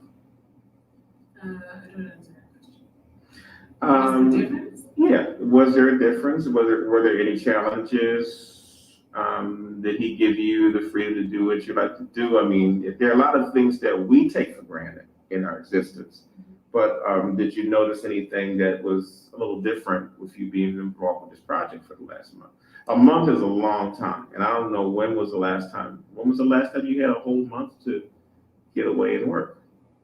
I can't remember. I probably haven't. Mm-hmm. I probably haven't had a month, gone away for a month and painted. But I may not have been, I wasn't away for the whole time because I would go back periodically, at least twice a week, change my clothes and that kind of thing. And of course, we would exchange stories of what was going on because he's also working on a video project and I'm working on this project. So of course I had great little stories that we could exchange and tell about what was going on. We always have the freedom to do what we want creatively between the two of us. Also working with an artist, working and living with an artist is not that far of a departure coming to this project. It was just 3 or 4 more artists. So it wasn't a difficult transition at all. I thought your personality type would work well in this kind of environment. I mean, what do you think are some of the challenges that women have to face in the art business? That women have to face in the art business. Some of the challenges is that they just assume that my work was done by a man. Even with my signature on it, even with me in my booth, if there is a customer in the booth that happens to be a man, or if Maurice is standing anywhere nearby, the work must be his, even with my name tag on me. So why do you think that is? I think it's just they're not exposed to a lot of female artists, so a lot of people just have the assumption that it's a male. It is a male-dominated field, so they assume that the work is a man's work. And so I understand I know you have a sister that's in the arts. And so explain to me a little bit of how that's been having another person in the family that's an artist. I think it's a great thing to have. It's an asset in that I'm somebody who speaks my language, understands the challenges that I go through as a professional artist, because she is one as well. And it's a great sounding board, really, we have for each other. We have been discussing this project and ways to expand it, and we came up with the notion of doing a East Coast, West Coast quarantine that runs simultaneously. So would you be interested in participating in it? And what do you think would be some of the things we would accomplish by doing that? I don't know. That's just hard enough to think about this one, right? No, it was great. I don't know what the challenge, how would it work with in working simultaneously? Well, we would have two groups of artists. Yeah, and then we would invite probably the same amount of artists for each one, and then there would be a possibility where you would have to be able to choose which one you wanted to go to, whether you wanted to do it with the East Coast or the West Coast. And we would pretty much track it like we did this quarantine. So, I mean, do you think that'd be something you'd be interested in working in the future? Of course I would. What would you add to the quarantine project? Microwave. Yes, I guess food refrigeration is something you take very lightly.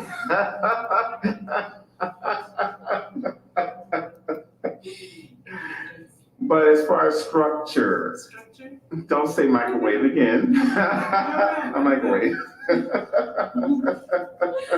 I don't know. What do you talk about structurally? As far as organization? Yeah. What would you like to see? If you could add one element to the quarantine, what would it be? I don't know. I like that it was half and half male, half female. Mm-hmm. So now it could be different disciplines if that were possible. Yeah, that would be nice. Emphasis could work on their work or sculptor. So I know you're working on you're assisting Maurice Evans with his documentary he's doing on current contemporary artists. Could you shed some light on that project and your involvement in it? It is a project that is documenting the incredible talent of African American and African artists in America and their contribution that they've made to this culture. Simply, the project came about because we watch a lot of documentaries on all subject matters, and a lot of times we see all the documentaries and stories and features that are done on artists from all over the world, but predominantly white artists in America. And a lot of times we don't ever get to see ourselves. And when we do, it is people who are deceased, maybe 2 or 3 people who are already gone. And in the fact that we have legends who are living, and we have emerging artists who are doing incredible work that have gone unnoticed, and in that was the reason why Maurice decided to start on this project documenting these artists. And how long has this project been taking place? It's been taking place for about 2 or 3 months now, going around to artist studios, seeing how they create, how they go through their process, and learning about them. Tell us a little bit about your background. I am from Nairobi, Kenya, born, was raised pretty much all over the world, 3 countries in Africa, North America, and I live in Atlanta, Georgia. Well, tell me something about your family. Well, my father is a retired economist for the World Bank, but he's now a real estate developer. He works on, he consults for some banks and that kind of stuff. He retired and went back to Kenya, but he worked for the World Bank and the United Nations, so that gave us the opportunity to travel in our childhood. And that experience certainly informs my work. And would you say your work has a message? My work does have a message sometimes. Sometimes it's not necessarily what people get from it. But with this series that I was doing, it was addressing some of all of the different characteristics and politics and social events that go on Africa as a whole and Kenya in particular, I use Kenyan newspapers that I collage into the pieces and then build from that around that theme. What would you say would be the most challenging part of being an artist?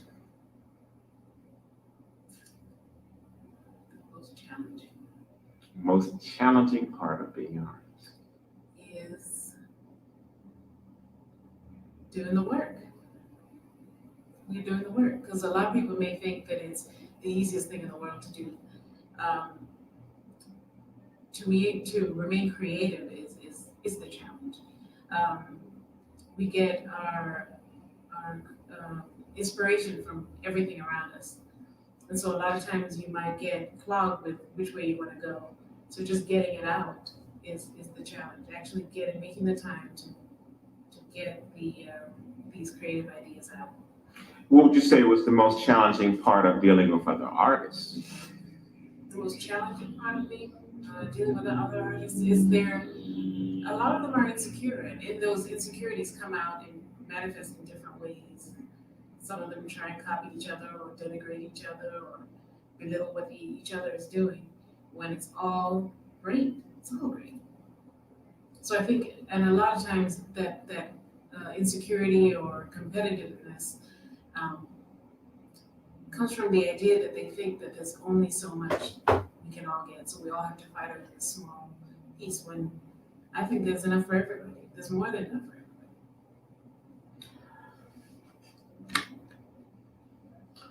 everybody. How many years have you been a professional artist?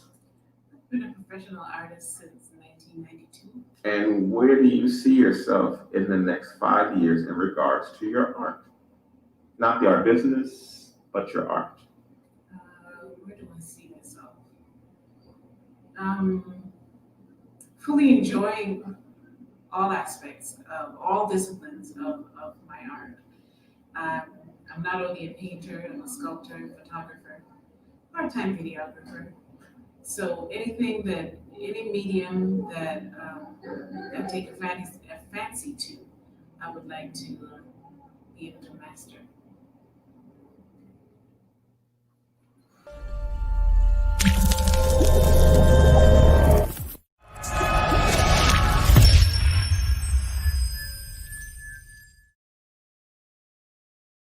Hosting this in Atlanta, Georgia. The first time actually hosting the event, and because you had to pre-plan and pre-prepare. Right. So maybe shed a little bit of light on your feelings about the quarantine this year. I'm actually excited, man, to have been the first with the East Coast Atlanta host for the quarantine. It's an honor to be able to say that and go down in history for it. And from it coming together from the beginning to now, it's been a beautiful experience, an experience that's something I don't take lightly, because it's definitely been an experience for me. As I look around the show and the results from it, man, I'm more than pleased. More than pleased. Shed some light on some of the challenges you had with doing the quarantine this year. Well, some of the challenges that I had, because I felt like it's funny that you warned me of this, really, but instead of being the host and being in my own space, having to divide or try to feel as though, to wonder if I was giving the quarantine me enough time of it. That was one of the challenges that I had for myself personally. And even then afterwards, I was kind of surprised at all the pieces that I was able to come out with as a result of it as well. But that was my biggest challenge, trying to become host and understand that and want to know that you were and are accommodating to your guests at the same time, because it's still, it's still the South, bro. It's still that Southern hospitality. That was the biggest thing about it. I wanted to open door policy and be able to say, look, you guys enjoyed yourself here as well. So that was probably my biggest challenge. And it's probably internal and personal with me.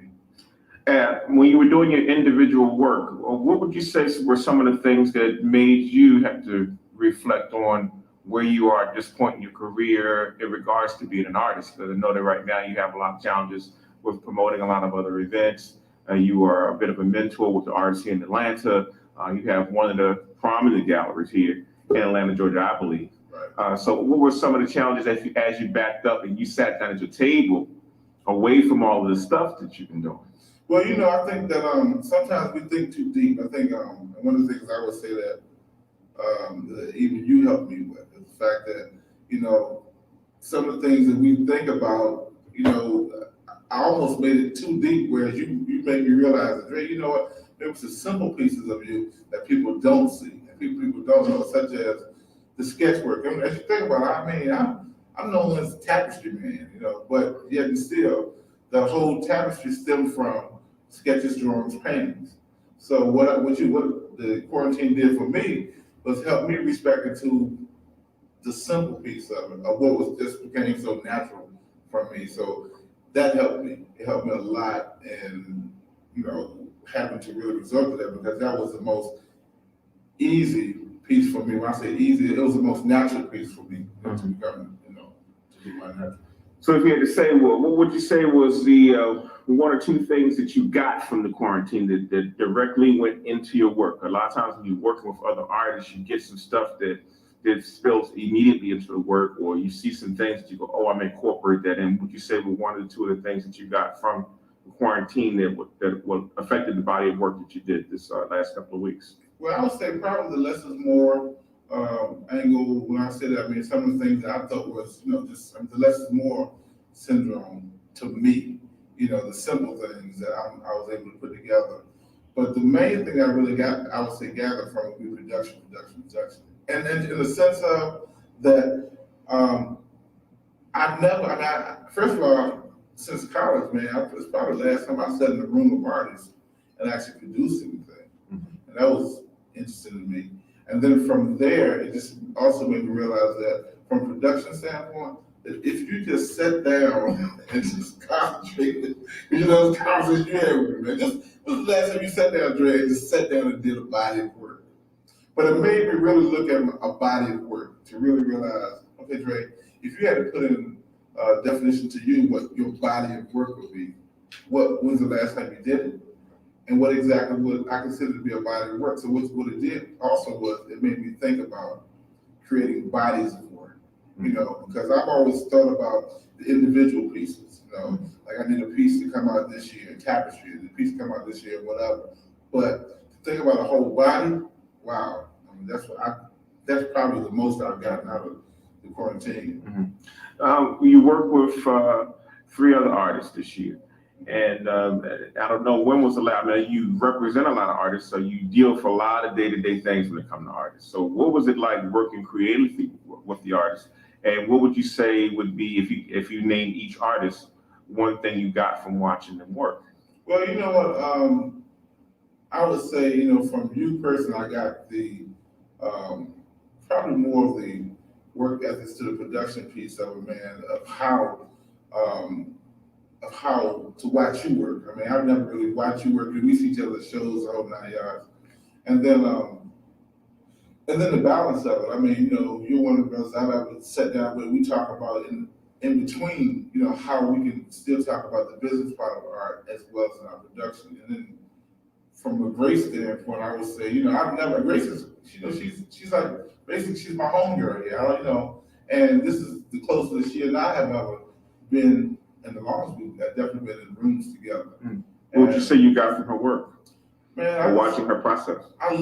Just the fact of how she can take a palette, man, and just kind of, she's pretty much stayed in a similar palette throughout the whole process, but how each piece is still individual in its own. I mean, the color palette may have remained the same in a lot of instances, but each piece has its own voice. And she's such a wonderful person, man. And I would love to just keep a relationship with her because I think her work is as beautiful and as graceful as she is. I've learned that. Mm-hmm. And what would you say? You picked up from watching Gwen Redfern work? Well, watching Gwen Redfern work, I think that in the beginning, I thought that she would probably be one of the most systematic artists. I mean, she came in with everything framed and everything ready to go. So I didn't get a whole lot of time to really work with her. But when I saw her, what I did see of her, I saw the production line. I saw the I guess she was in the production line. Then when she left here, I mean, like it was like, keep in mind, she was an early morning one, so it was like it was the enter and exit type relationships I had with her. But I also, once again, by getting to work closer with her, she's another artist that I do appreciate more. I didn't really realize, in all honesty, I've seen Wiz work, I've passed it, but I never really studied it. I never really looked at it and said, wow, to have a Gwen Redfern signature. Now I kind of see what that is. And so, what would you like to see happen with the quarantine in the future? I mean, I know you got a small taste of it this year. We worked 3 weeks, and actually the whole process was 4 weeks. Well, with future quarantines, I mean, first of all, I would like to see it definitely continue. I think it's an excellent concept. I love the concept of quarantine, and then maybe to even incorporate a few myself. I mean, with the guidance of, be able to call and say, hey, Ponch, if we can do this around the country, man, in different areas, and say, look, maybe at one time we all kind of get together, your area, my area, whatever. Let's see what kind of work we can kind of create as a whole body. I think that'd be awesome, man, to do a simultaneous quarantine. I think it allows artists to work in different perspectives, work alongside with one another. And then the main thing about quarantine, it also shows you that you're not alone. Some of the same things that you go through, we go through at the same time as artists, whether it be production, whether it be different technical aspects of the business, or just the business itself. So I would like to see the quarantine definitely continue and become stronger. Maybe have a board of quarantine folk across the country. It would be awesome. Yeah, we're planning on trying to do that. That sounds like a wonderful idea to do. This is our first East Coast venture. The two ventures were West Coast. What would you like to see happen in that regard? Well, the East Coast, West Coast type thing, I think would be awesome, man. Thing to do because hey, it'd just be a way of tying us all together once again. And like I said, I love the idea. I'm just thinking of it now. I just love the idea of the simultaneous quarantine. I think that'd be awesome. What was the one thing you hope to be able to do during this quarantine that you were not able to do, that you would like to see or have another opportunity to incorporate? Well, you know what? It's kind of funny because in the beginning, as you probably saw, I don't know, in the beginning, I was thinking that I was going to concentrate on just working totally out of my norm, just experiment with some things, maybe big, huge, and that I didn't do because all of a sudden, because it resulted back to me going towards the natural, which I appreciate even more. But that's probably the only thing I probably do next time is look at, to kind of go into something that's not as natural for me, more experimental, but life has its time for all that too. So right, 3 weeks is not a long time in the scheme of things. But right.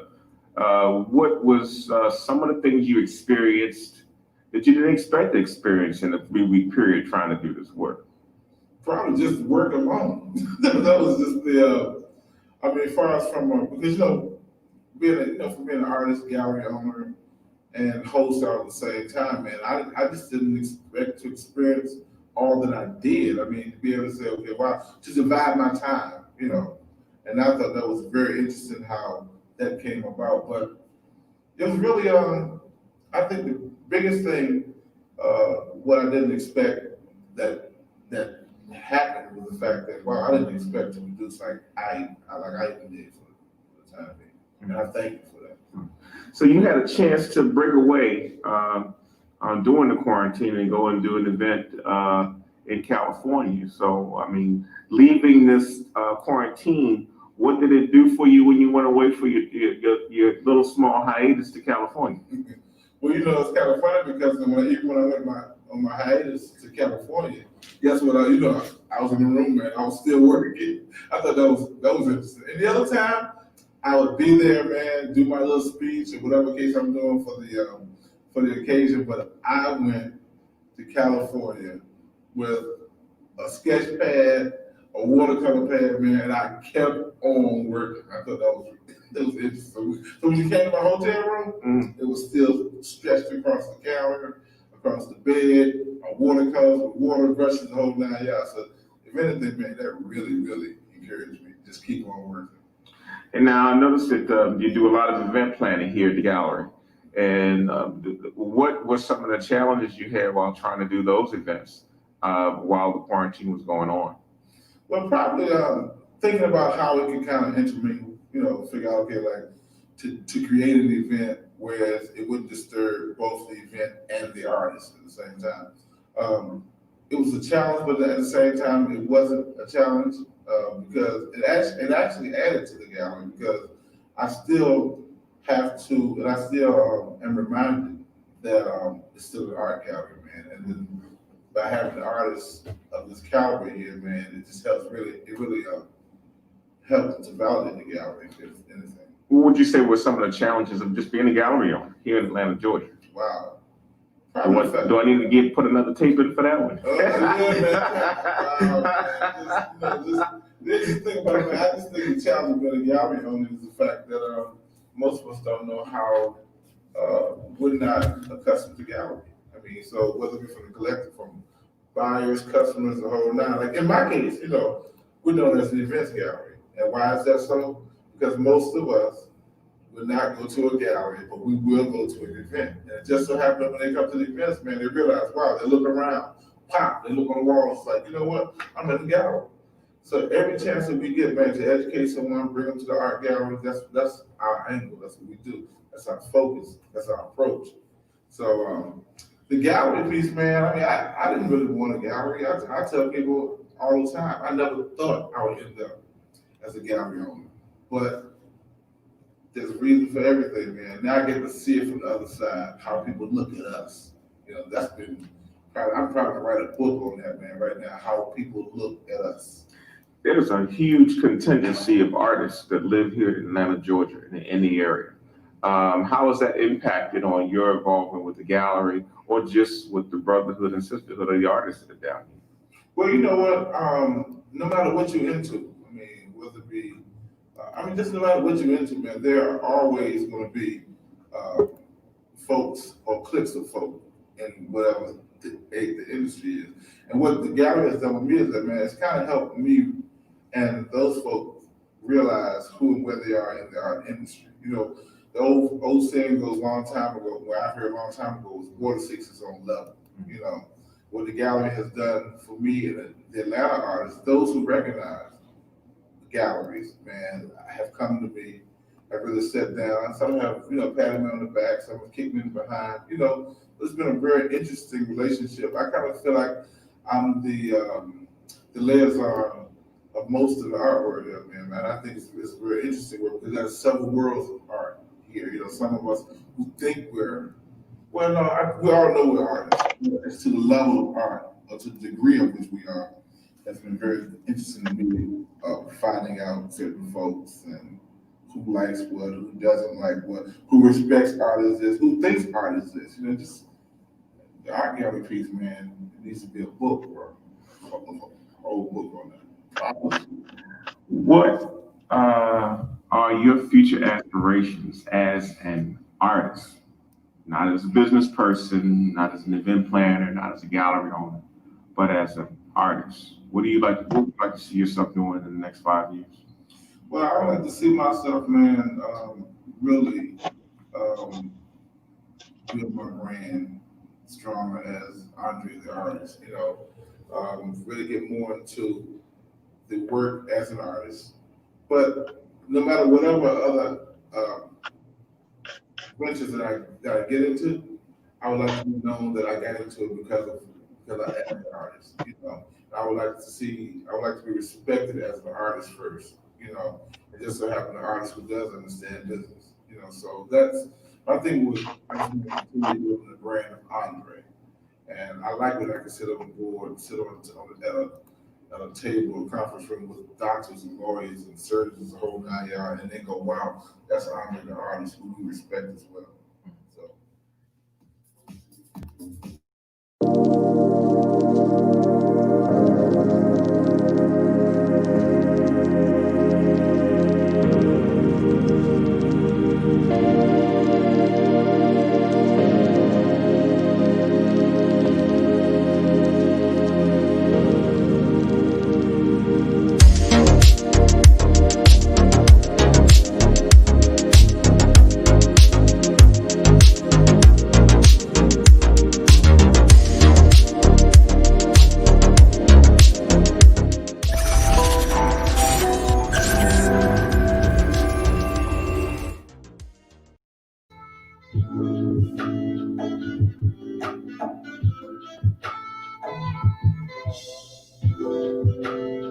I got it.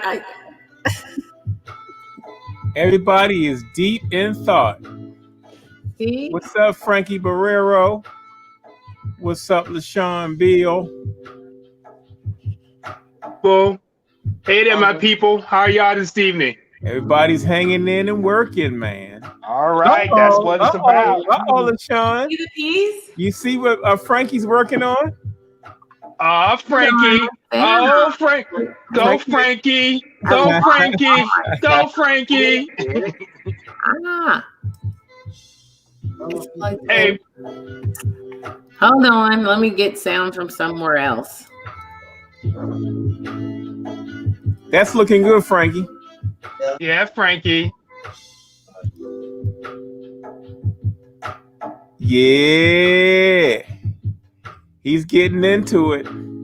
That's some action going on. Can you hear me? Yeah, we can hear you. It's going to be a mother. Oh, wait. There. Can you hear me now? We can hear you, darling. I mean, you could hear me all along. So, did you see it? It's going to be a mother and child. Okay. Okay. That's going to be nice, Frankie. You see the child in the back?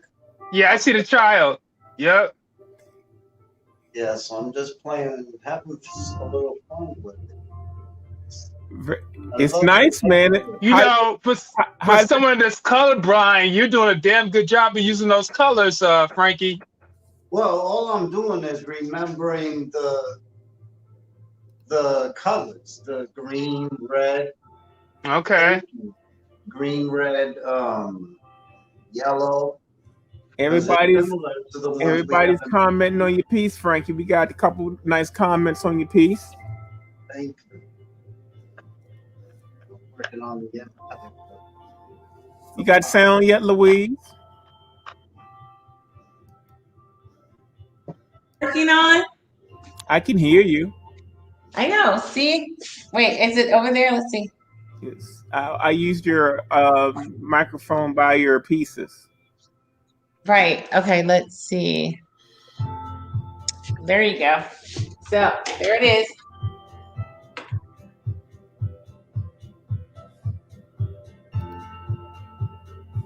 I did the black paint. Nice.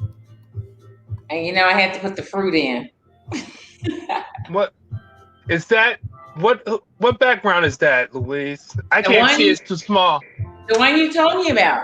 You and Poncho. Okay. I did the. Oh wow. I did the alcohol. Yes. Mm-hmm. Looking good.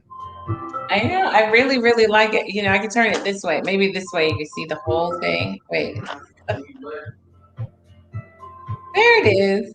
Yeah, that's nice. Yeah, I really like it. It's simple and it's nice, to the point. I know, I like it. I just showed it to my husband. He was like, "Oh, I really like that." I was like, "What black did you use on that?" Huh? What blacks did you use on that? I used an ink and black paint. I used a heavy body Liquitex and just a ink on it, acrylic ink. Very cool. Yeah. We got a Team Frankie up for you today, Frankie. Team Frankie.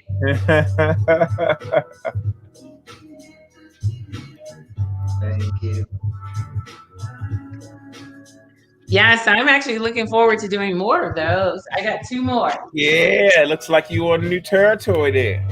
I do. I can't wait to do these. I'm going to do these tonight too. During the paint hour. And you hit it on the nail. You said right to the point, simple. I gotta get to the tip. Yeah, they are. It was. I like using that because my original ones I did a lot of ink with them. With the original ones, when I first started doing them, I did a lot of ink with them. So. Because you don't need a lot because of all of the color that's with the background.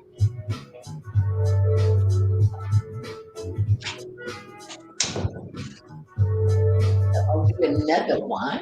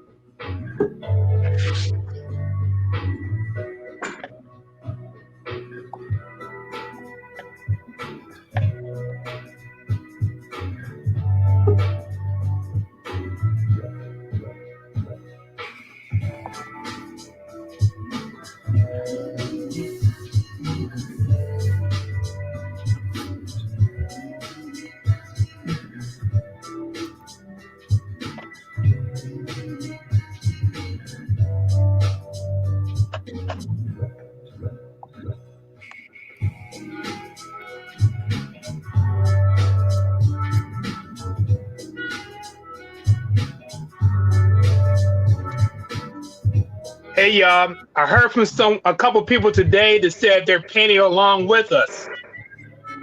Well, yeah, that's good, man. You know, we had some people that the other day who they sent in their pictures and we showed some of their work. Yeah. Yeah, we've got quite a few. We got a few paint alongers, which is exciting.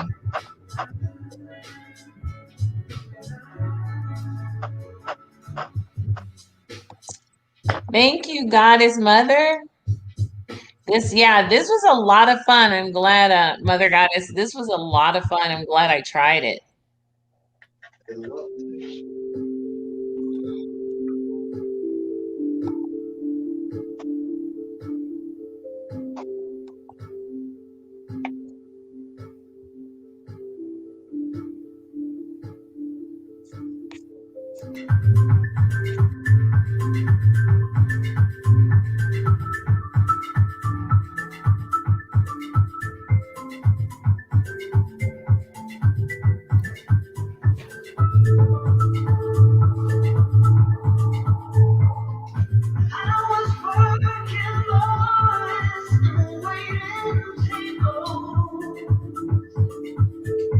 Just going through the motions day by day.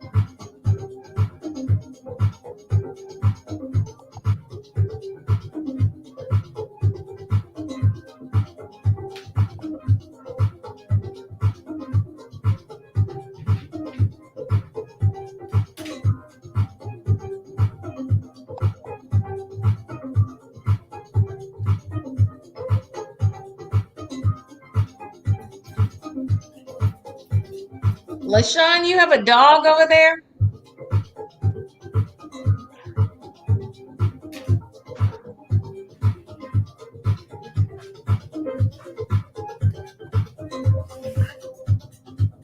Oh, Try that again. Yeah, you were muted, brother. Oh yeah, I know he got Yeah. he got one of those little teeny old little rat dogs running through there.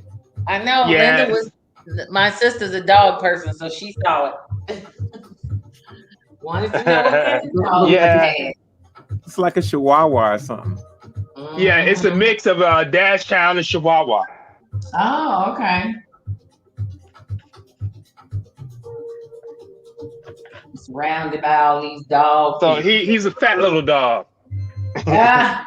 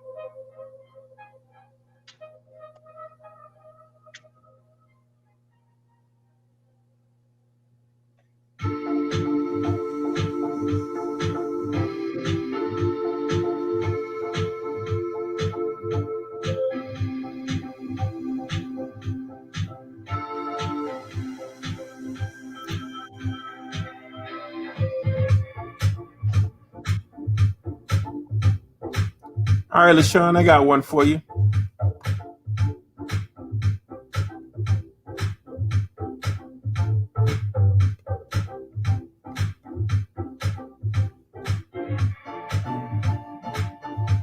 I can't see it. You know, I had to unveil it to you.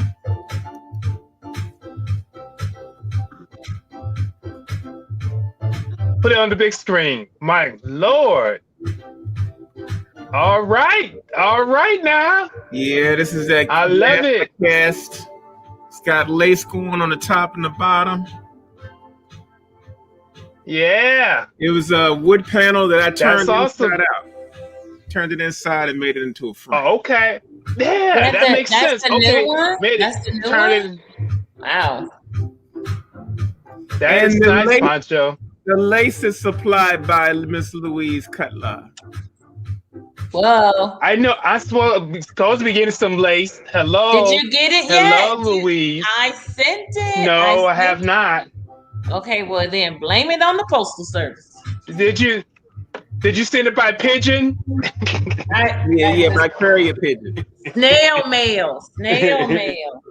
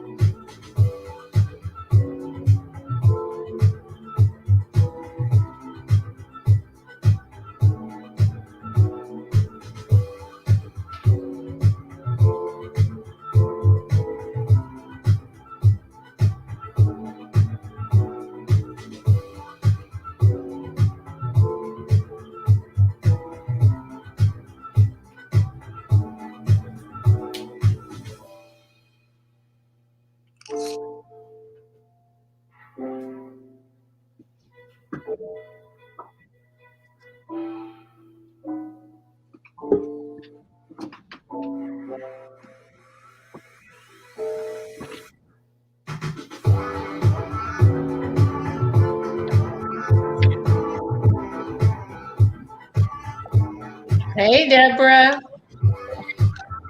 Hi, honey. How are Ready? you? Good. Ready for a night of painting?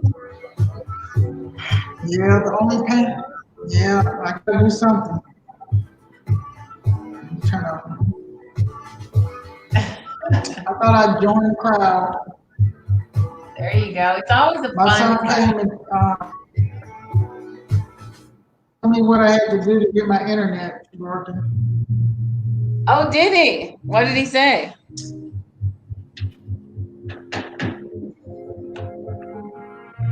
plug that thing right there in.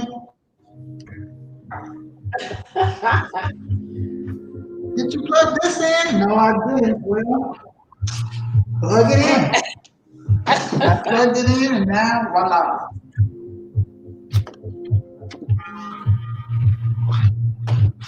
Where has he been all along, right?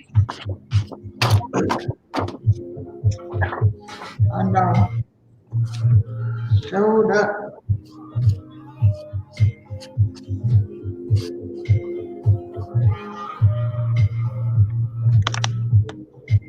I know. Thank God for sons.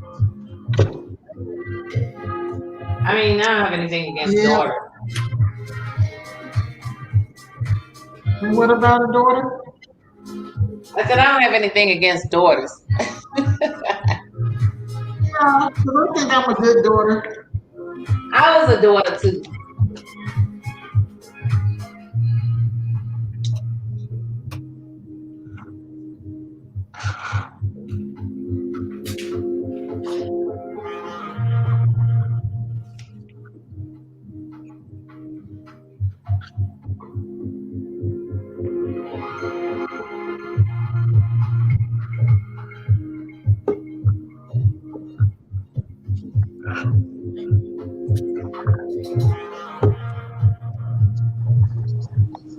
What happened?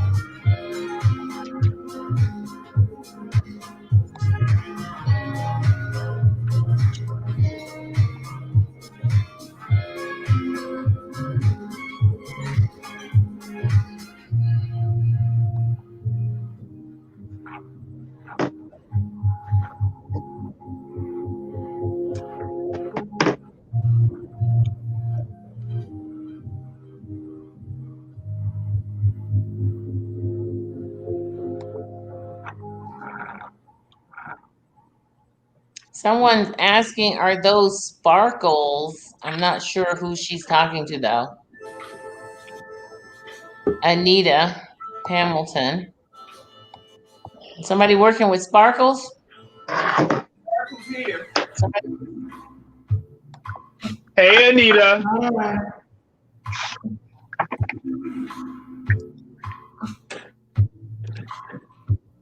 We got a full house tonight. Bam, look at that. Oh, good. Woo. Full house. Let's see who's in here.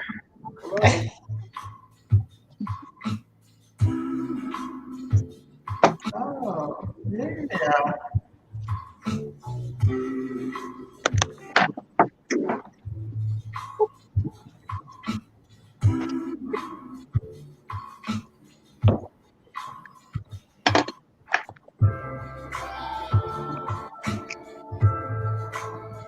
We're on day 21, y'all.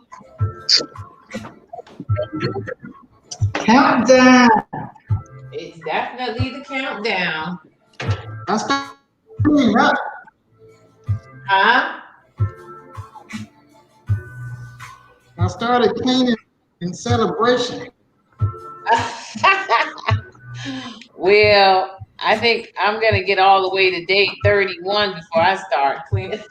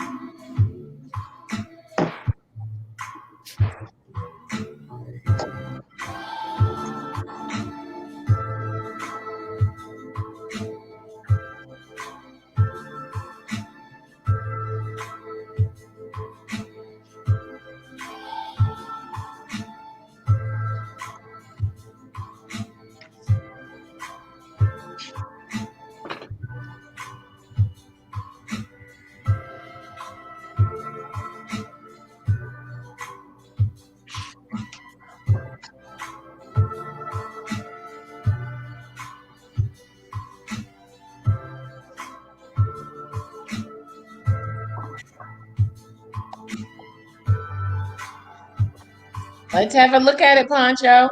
One more time. Oh, wow. Oh, yeah. That's cold.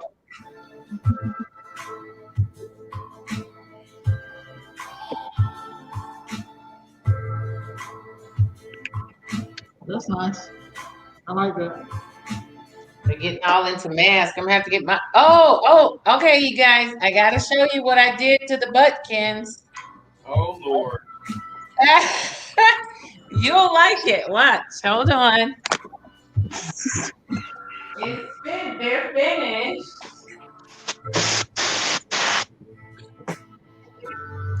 Hold on. You're going to like them. I sent them for the list tomorrow. You know. Oh Lord. We're not going anywhere. They're gonna get stuck. What did you say? Hold on here. Wait. Yeah. Oh, okay. I don't think they're gonna make the. Who said, "Oh Lord"? All right, here they are. Okay, let me get them all set up. You see their little outfits? Their matching outfits? She's really going far with this, y'all. Oh, wait. Hold on. You see their matching outfits? Now look at this. Look at her necklace. Are you looking at all the reactions of all of the artists' faces? You see her necklace? Yeah, we see the necklace. I know. Look at her little dog. I think that we're in the 21st day. I think all I see is a circle going around and around. Huh? You don't see it? I don't think she was around for the explanation, but maybe we shouldn't do that again. I can't see. She heard the explanation yesterday. All I see is black. I love her necklace. Look at Deborah's face. Is her picture frozen or is she frozen? I think the picture's frozen.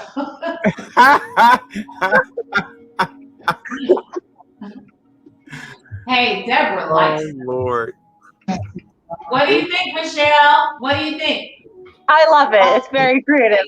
See, Michelle likes it. That's the kind of thing I like. I definitely have met people that would absolutely buy those. Hey, there you go. All righty then. Well, there you go. Okay. All right. I can't see. That's right. I'm a believer. You can't see Deborah? Deborah is shocked and dismayed. She's stuck. Deborah says she can't see anything. Look, Poncho. He's trying to see the Butkins. Did you put the Butkins on the list for tomorrow? I sure did not. Didn't I send you a picture? Yes, you did. I did include it in your creations reel. I figured I'd meet you halfway. Really, Poncho? Come on now, you have some interesting stuff on your plate too. I thought they were fun. I like the Butkins. I'm going to invent something like the Butkins. You should. You should definitely invent something like the Butkins. What is that reaction, LaShawn Beal? Do you have a no, Poncho. Do you have a no, Poncho? Do you have a crook in your neck? Yeah, I do believe that's what it is. I'm trying to work it out. Pancho, I'm trying to work it out. But Sean, really, you my guy. See what Kevin said? Kevin said Louise just trying to keep y'all pumped until the There end. you Boom. go. But she And she is. She's definitely keeping us pumped. Yeah. Her and the Buttkins. Thank you, Kevin.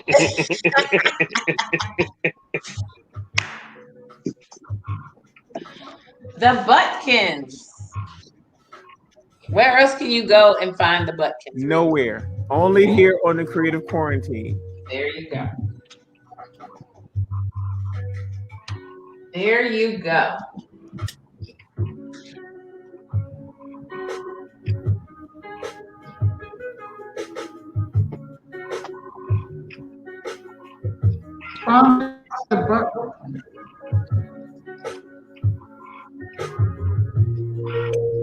What Deborah say?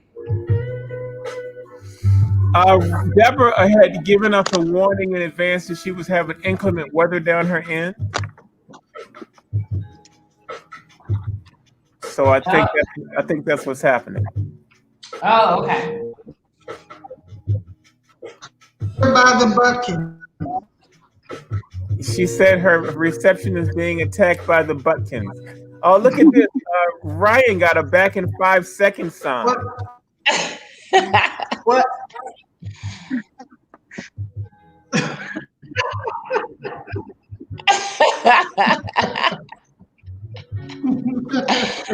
All right, Ryan's too funny. There you go, Ryan. Queen Mother Goddess says, but what, Louise? Buttkins. And your sister put immediately after that, LOL. They are the Buttkins.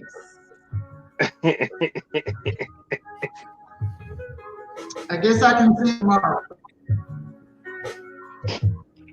Buttkins. It's a family affair. We got the explanation. It's a family, and they look like they ran into a wall. Exactly.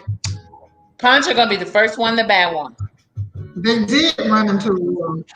Thank you. They ran into a wall. Put it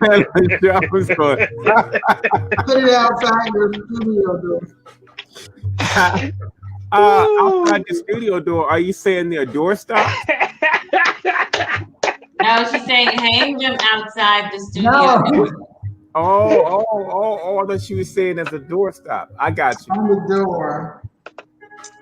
See there? They're little trilogies of terror. Yeah, it's a violent story. They all ran into a wall. They all ran into a wall. That's why they're the Buttkins. All right, so I'm going to give an award for the best camera angle for art. It's going to have to go to Michelle Vigent. Of course. He's got the over the top, over the head. She got the overhead thing going. She's got all right, Michelle. Camera view. That's working. What's your prize? Just the verbal notification. There is no trophy for that.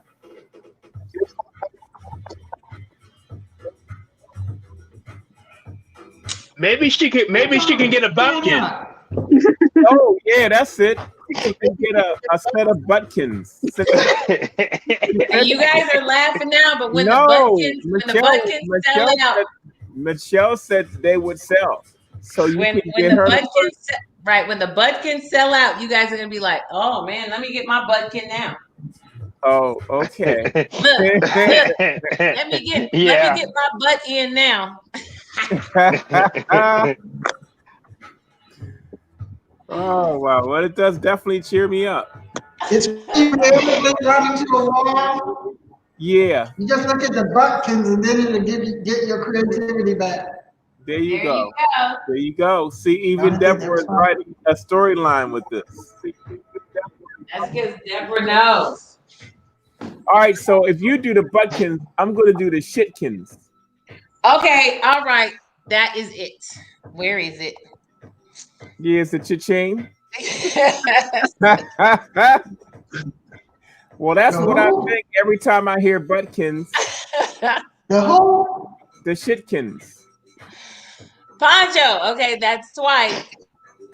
Are you going again? Because I just got my finger on the pulse.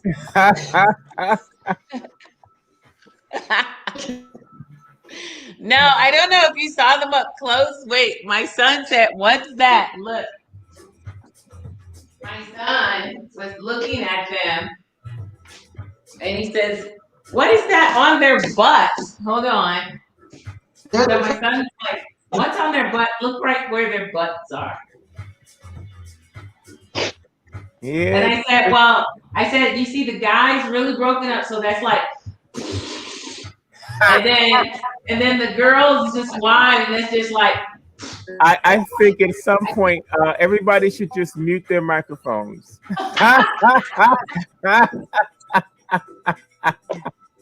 Hey, look, she has her pearls on, so she should have been out. Was it yesterday? Chucks and pearls or whatever. She should have been out there with the what you call it? Inauguration. There you go. Yes, she should have been a part of that.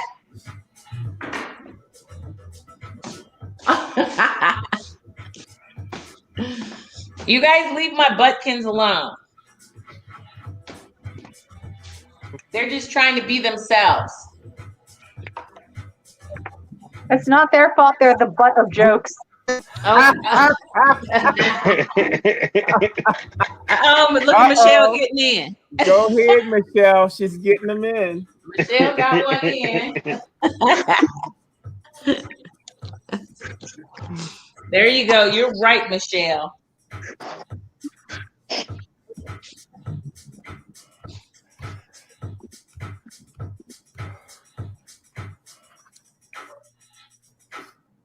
So, Deborah, are you just sitting there, or are you actually working? Because why do you have your camera like right on your face? She wanted us to see her.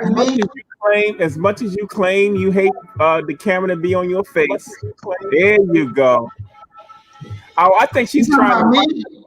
She's trying to watch the bucket. She's trying to watch the bucket. She don't want to miss nothing on the screen.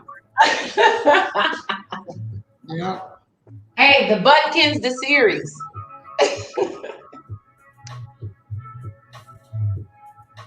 They're gonna have their own TV show. That's your money maker, girl. There you go. They're gonna have their own television show. This story is getting sadder and sadder. Why? Says the Butkin writer. There you go. Hey, if South Park can make it, the Butkins can. You know, the South Park is only popular because they curse. Is that it? Yep. Well, the Butkins don't curse. You know, LaShawn introduced me to South Park. Shame on you, LaShawn. But at least it was accompanied by a basket of shrimp. A bucket of shrimp, thank you. A bucket of shrimp. Oh, let's clarify. It's a bucket. Don't be making no mistakes like that. A bucket of shrimp. No, it definitely was a bucket. No, it was a bucket. It wasn't a bucket No, of. It was a bucket. Oh, a bucket of shrimp.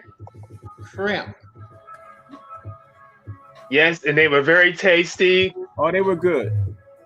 Why But is my sister? you know what? what? Is my sister doing all that laughing?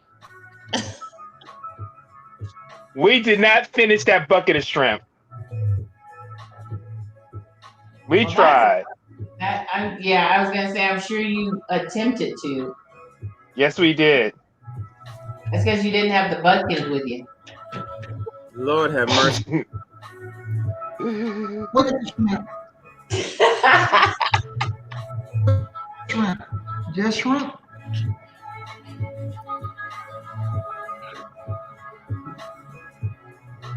No one's answering. What? What'd you say, Deborah? No one answered. What was the sides with the shrimp? Oh, what was the size of the shrimp, guys? They had to eat something besides the bucket of shrimp.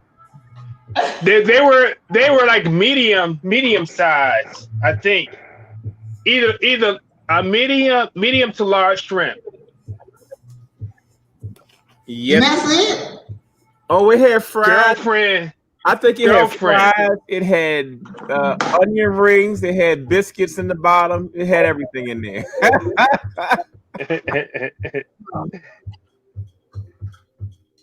All my folk from Detroit, if you out there in Detroit and you know what the shrimp basket is like, please confirm. I think we got one Detroit person out there. Yeah, because I think we do. Well, yo, I got a treat for you now that we've survived the Butkins. I'm going to show you our first video for the contest. Ooh, let's see. I thought we were showing them tomorrow. No, we're gonna pick a winner tomorrow. Oh, okay. All right. Why Who not? submitted the first video?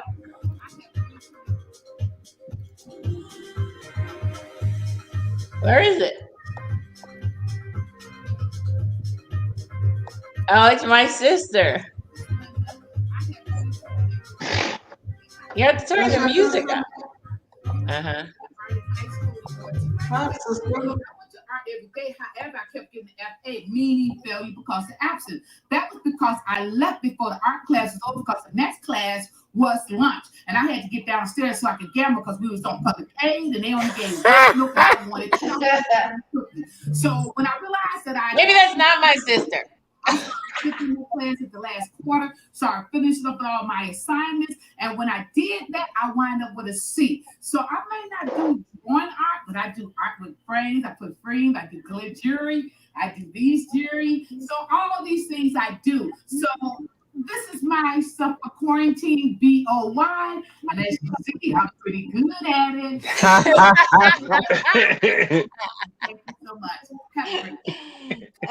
All right, we got one submission so far. That's what I'm talking about. That's her creative quarantine work art. She done set the stage, y'all. She just set the stage. And she was the one saying she wasn't going to submit because she wasn't artistic.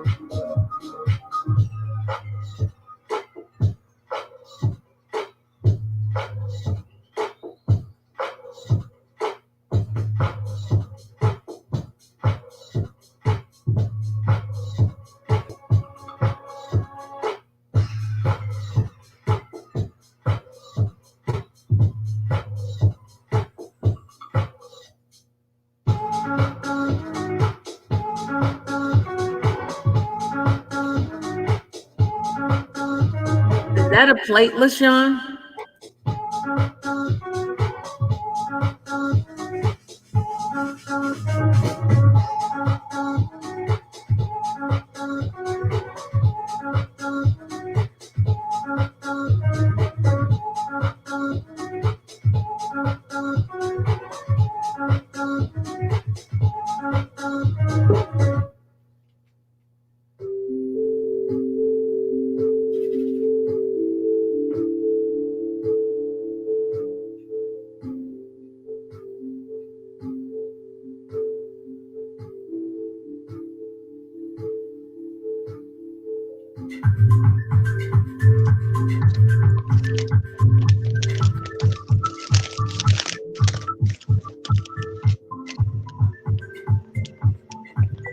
What's up, Karen? Hey, yo. How y'all doing? Pretty good.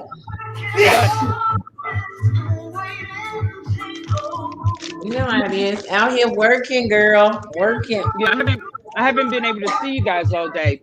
Anything good? Well, just working hard. Everybody's out here grinding.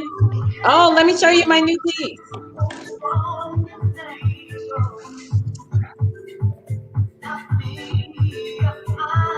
Can you see it? Oh, wait, here. Where you at? Right here? Let's see. Where am I?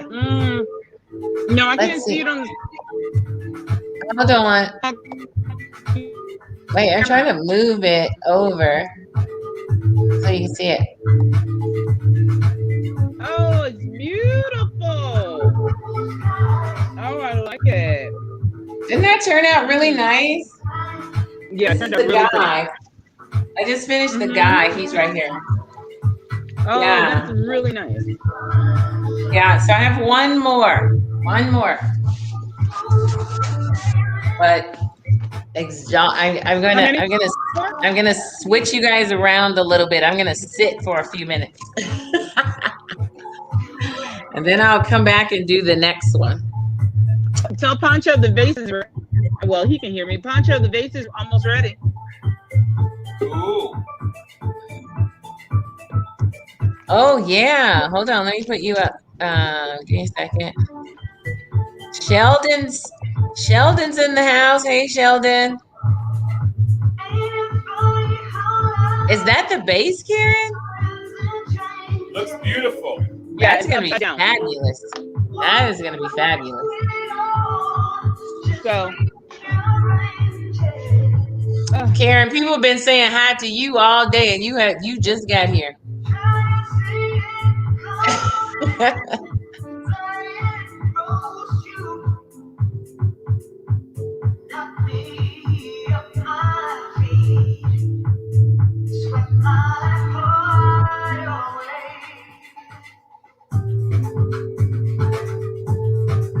there it is. Right side up. Oh, wow. So now I can do the finished cleanups. I can finish cleaning it up. And then I can put it in the fire. That's pretty fabulous. Now, are you going to put that in your kiln? Yeah. Oh, okay. Because I know sometimes you say you put really big pieces, but that's not too tall for your counter. Yeah. Yeah. No, this one is short enough for me to put in. Okay.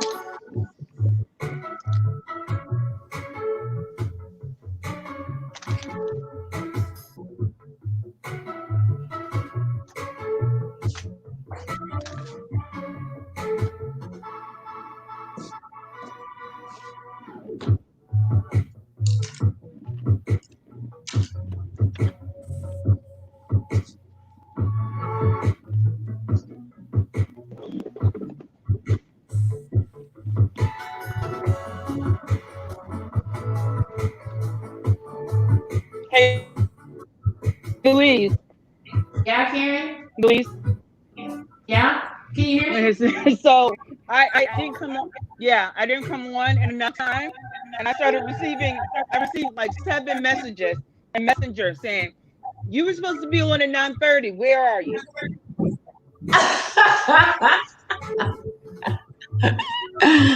Yeah, because girl, they have been all over. Hey, Karen. I'm like, Karen's not on here. Look, they've been saying your name so much. I was looking to see if I had missed you. I was like, did Karen come on and I didn't see? I started scrolling through people. I had one student that was delayed, so I had to wait for her. And then, okay, yeah. I was looking. Yeah. I was down there looking for you. I'm like, is Karen down there and I missed her?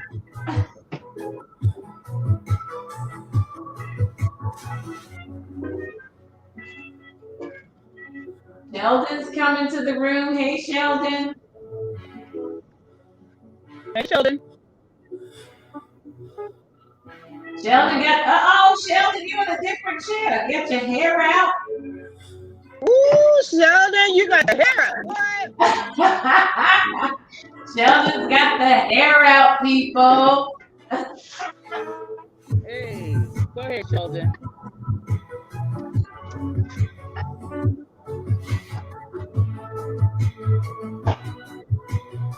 Sheldon's doing the overhead here.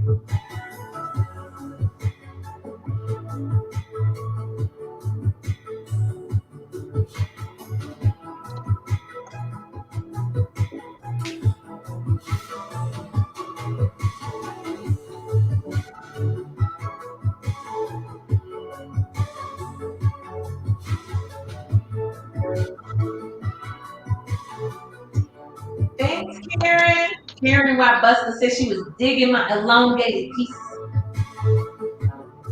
Hey, Buster.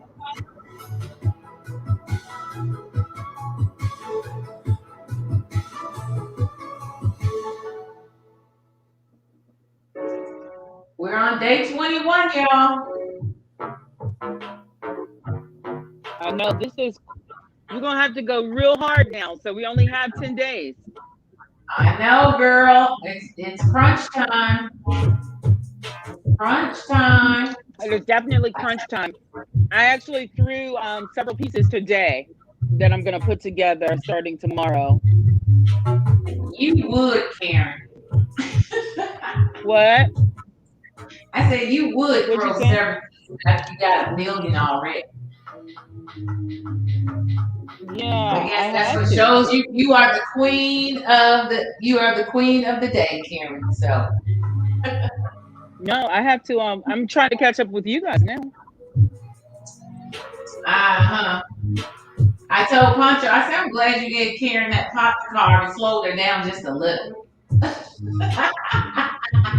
Say that again. Sheldon laughed. Karen, Sheldon laughed at. Look at Sheldon. Whatever, Sheldon. Whatever. Yes. This part was a challenge, and it did slow me down a little bit. Yeah. We needed something to slow you down a little, Karen. Macho came through. Now we need to throw some kind of slow down on LaShawn over there.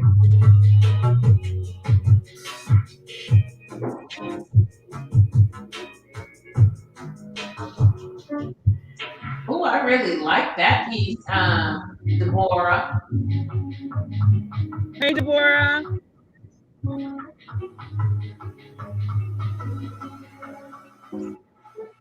Deborah. She's muted. Hold on, let's see. I'm like, Deborah, were you talking because you were muted, girl? I really like that. Thank you. I'm trying to work it out. Deborah over there kicking butt too. She keep popping in. She hanging out with us through the night now. Are you guys gonna be up? Motivation from you all. Are you guys staying What up was that? tonight? Oh, you know we're gonna hang out until we close out. Gonna hang out till we close out. You know, or until I fall out. Got you.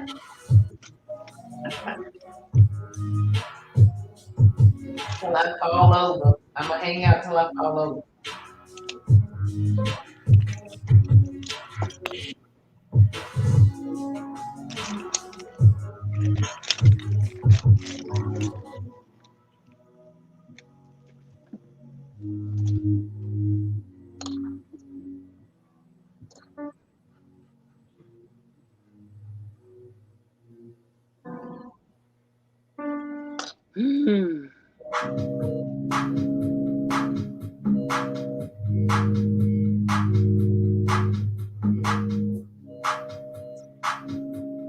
Oh wow. Aaron, did you see what Poncho's doing over there?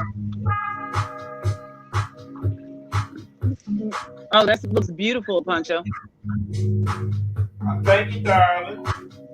I need to get this off my table. I bet.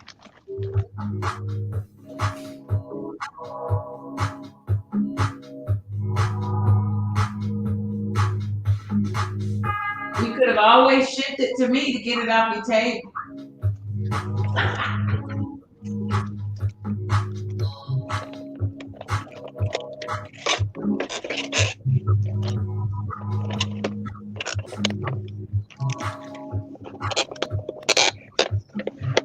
Brian, what's you over there doing?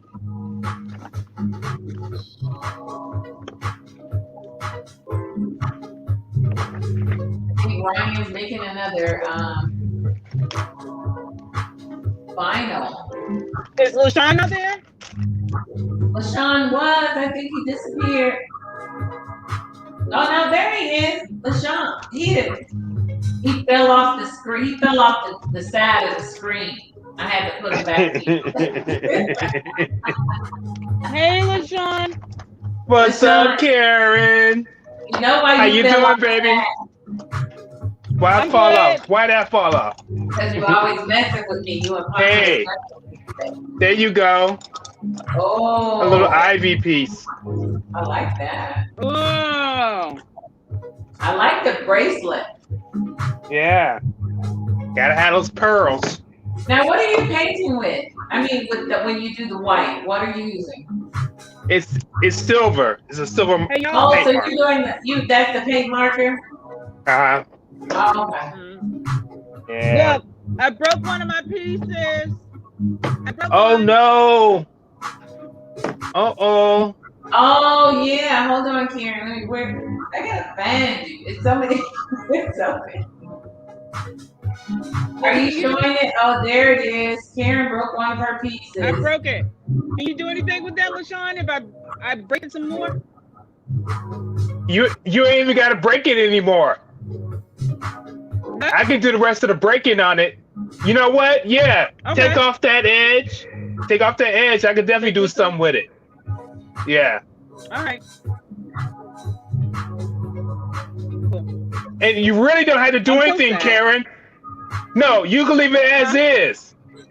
You can leave it as is. All right. Yeah. Cool. Then let's. Okay. Cool. Then I'll send it to you. So the right. the weight on it is say what? 1.5 pounds.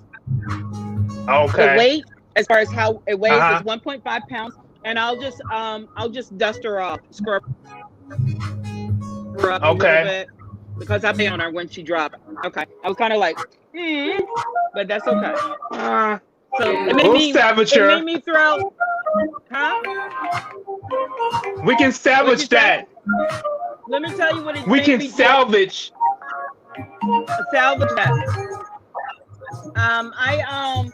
It made me throw 4 more pieces today.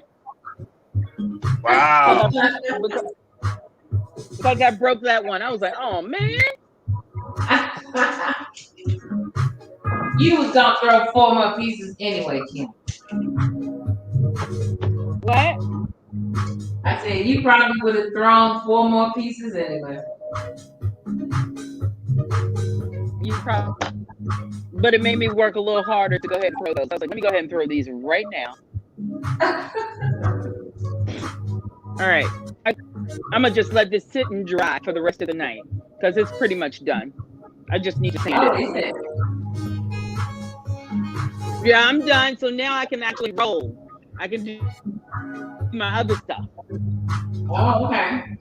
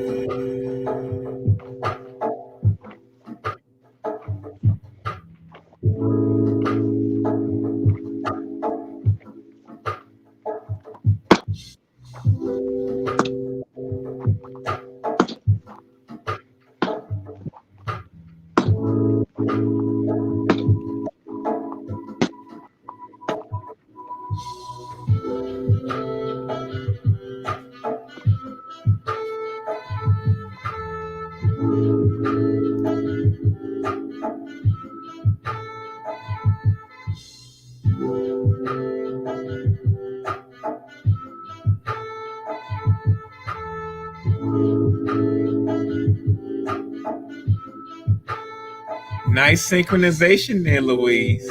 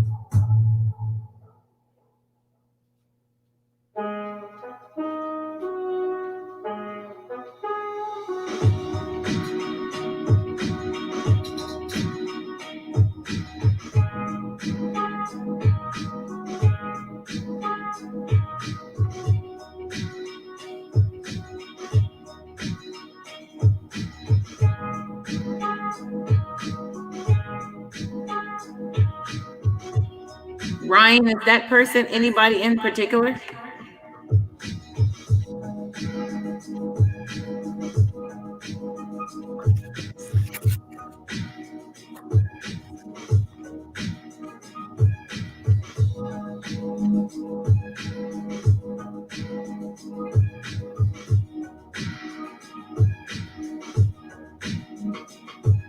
Can you hear me? Am I still muted?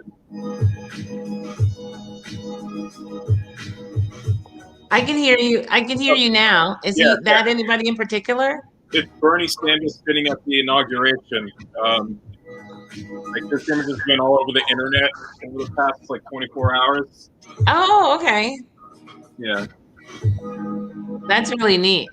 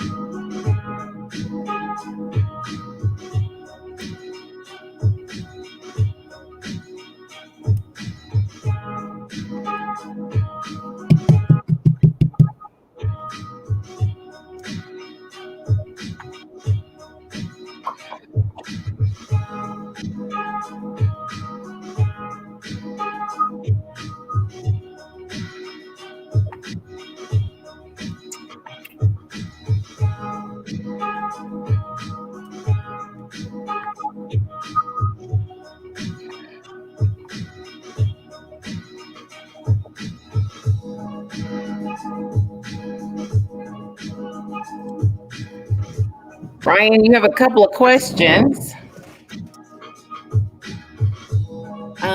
It says, Ryan, are you going to place him in the scenes like all those memes? Probably not. I like the way this looks. I do too.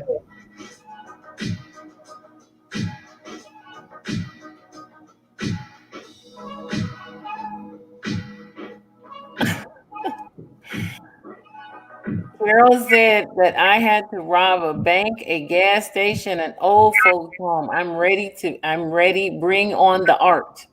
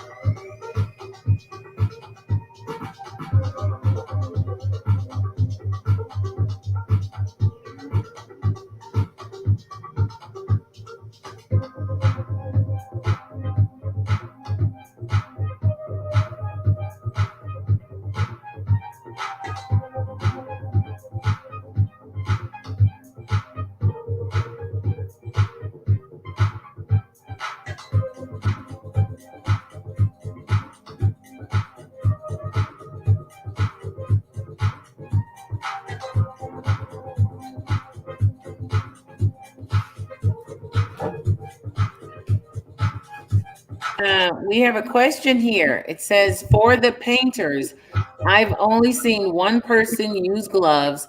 How, why, when do you choose to wear or not wear them? I am very anal about washing my hands while painting. So I use gloves most of the time. I use them when I'm gluing. I use them when I'm handling artwork that I'm painting, areas that I might touch.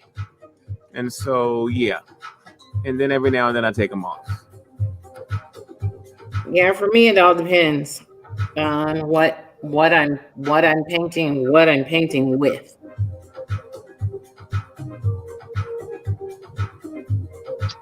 Same for me. Depends on what I'm painting with. If I'm messing with gel mediums or something like that, where my hands can get exposed a lot, then I'll wear gloves. I've just given up completely. I get paint on my hands even if I do wear gloves. Coconut oil works like a charm to get paint off my hands. Thank you for that tip, Ryan. Because I just walk around with painted hands all day.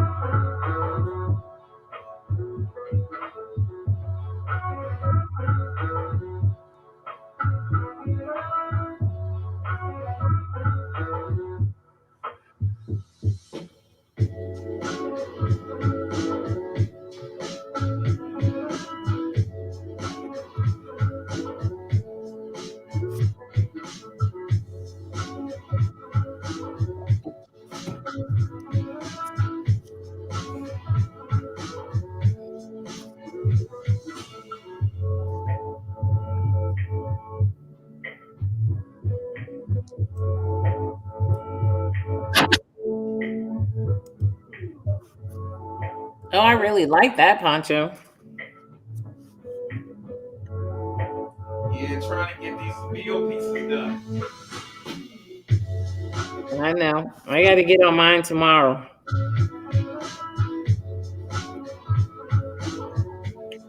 Because me and the Sandman got an appointment tonight.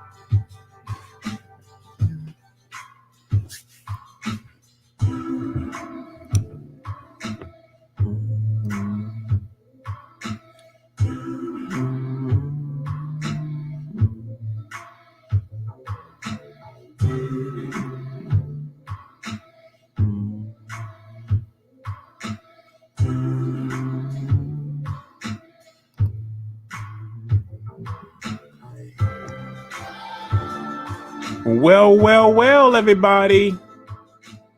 We have reached the end of the artist hours because we have been stretching it out. We are getting ready to start winding off for the evening. Deborah, you were in the zone over there. I ain't even want to bother you. Don't disturb her. Don't give no excuse to her. She was in the zone, man. She was in the zone. She really was. She really was. Yeah. Are you sweating over there? Oh. Nice, nice, nice. Very, very nice. Yeah, I really like that, Deborah. It's going to be a nice addition to your collection of stuff. All right, y'all. Well, everybody's going to get ready to sign off for the evening. I will see you guys tomorrow on day number 22. For those of you that are still watching, remember to tune in to our sale tomorrow at 6. That's right. Until then, y'all, we are all about to sign off. Say goodbye, y'all. Bye, y'all. Goodbye.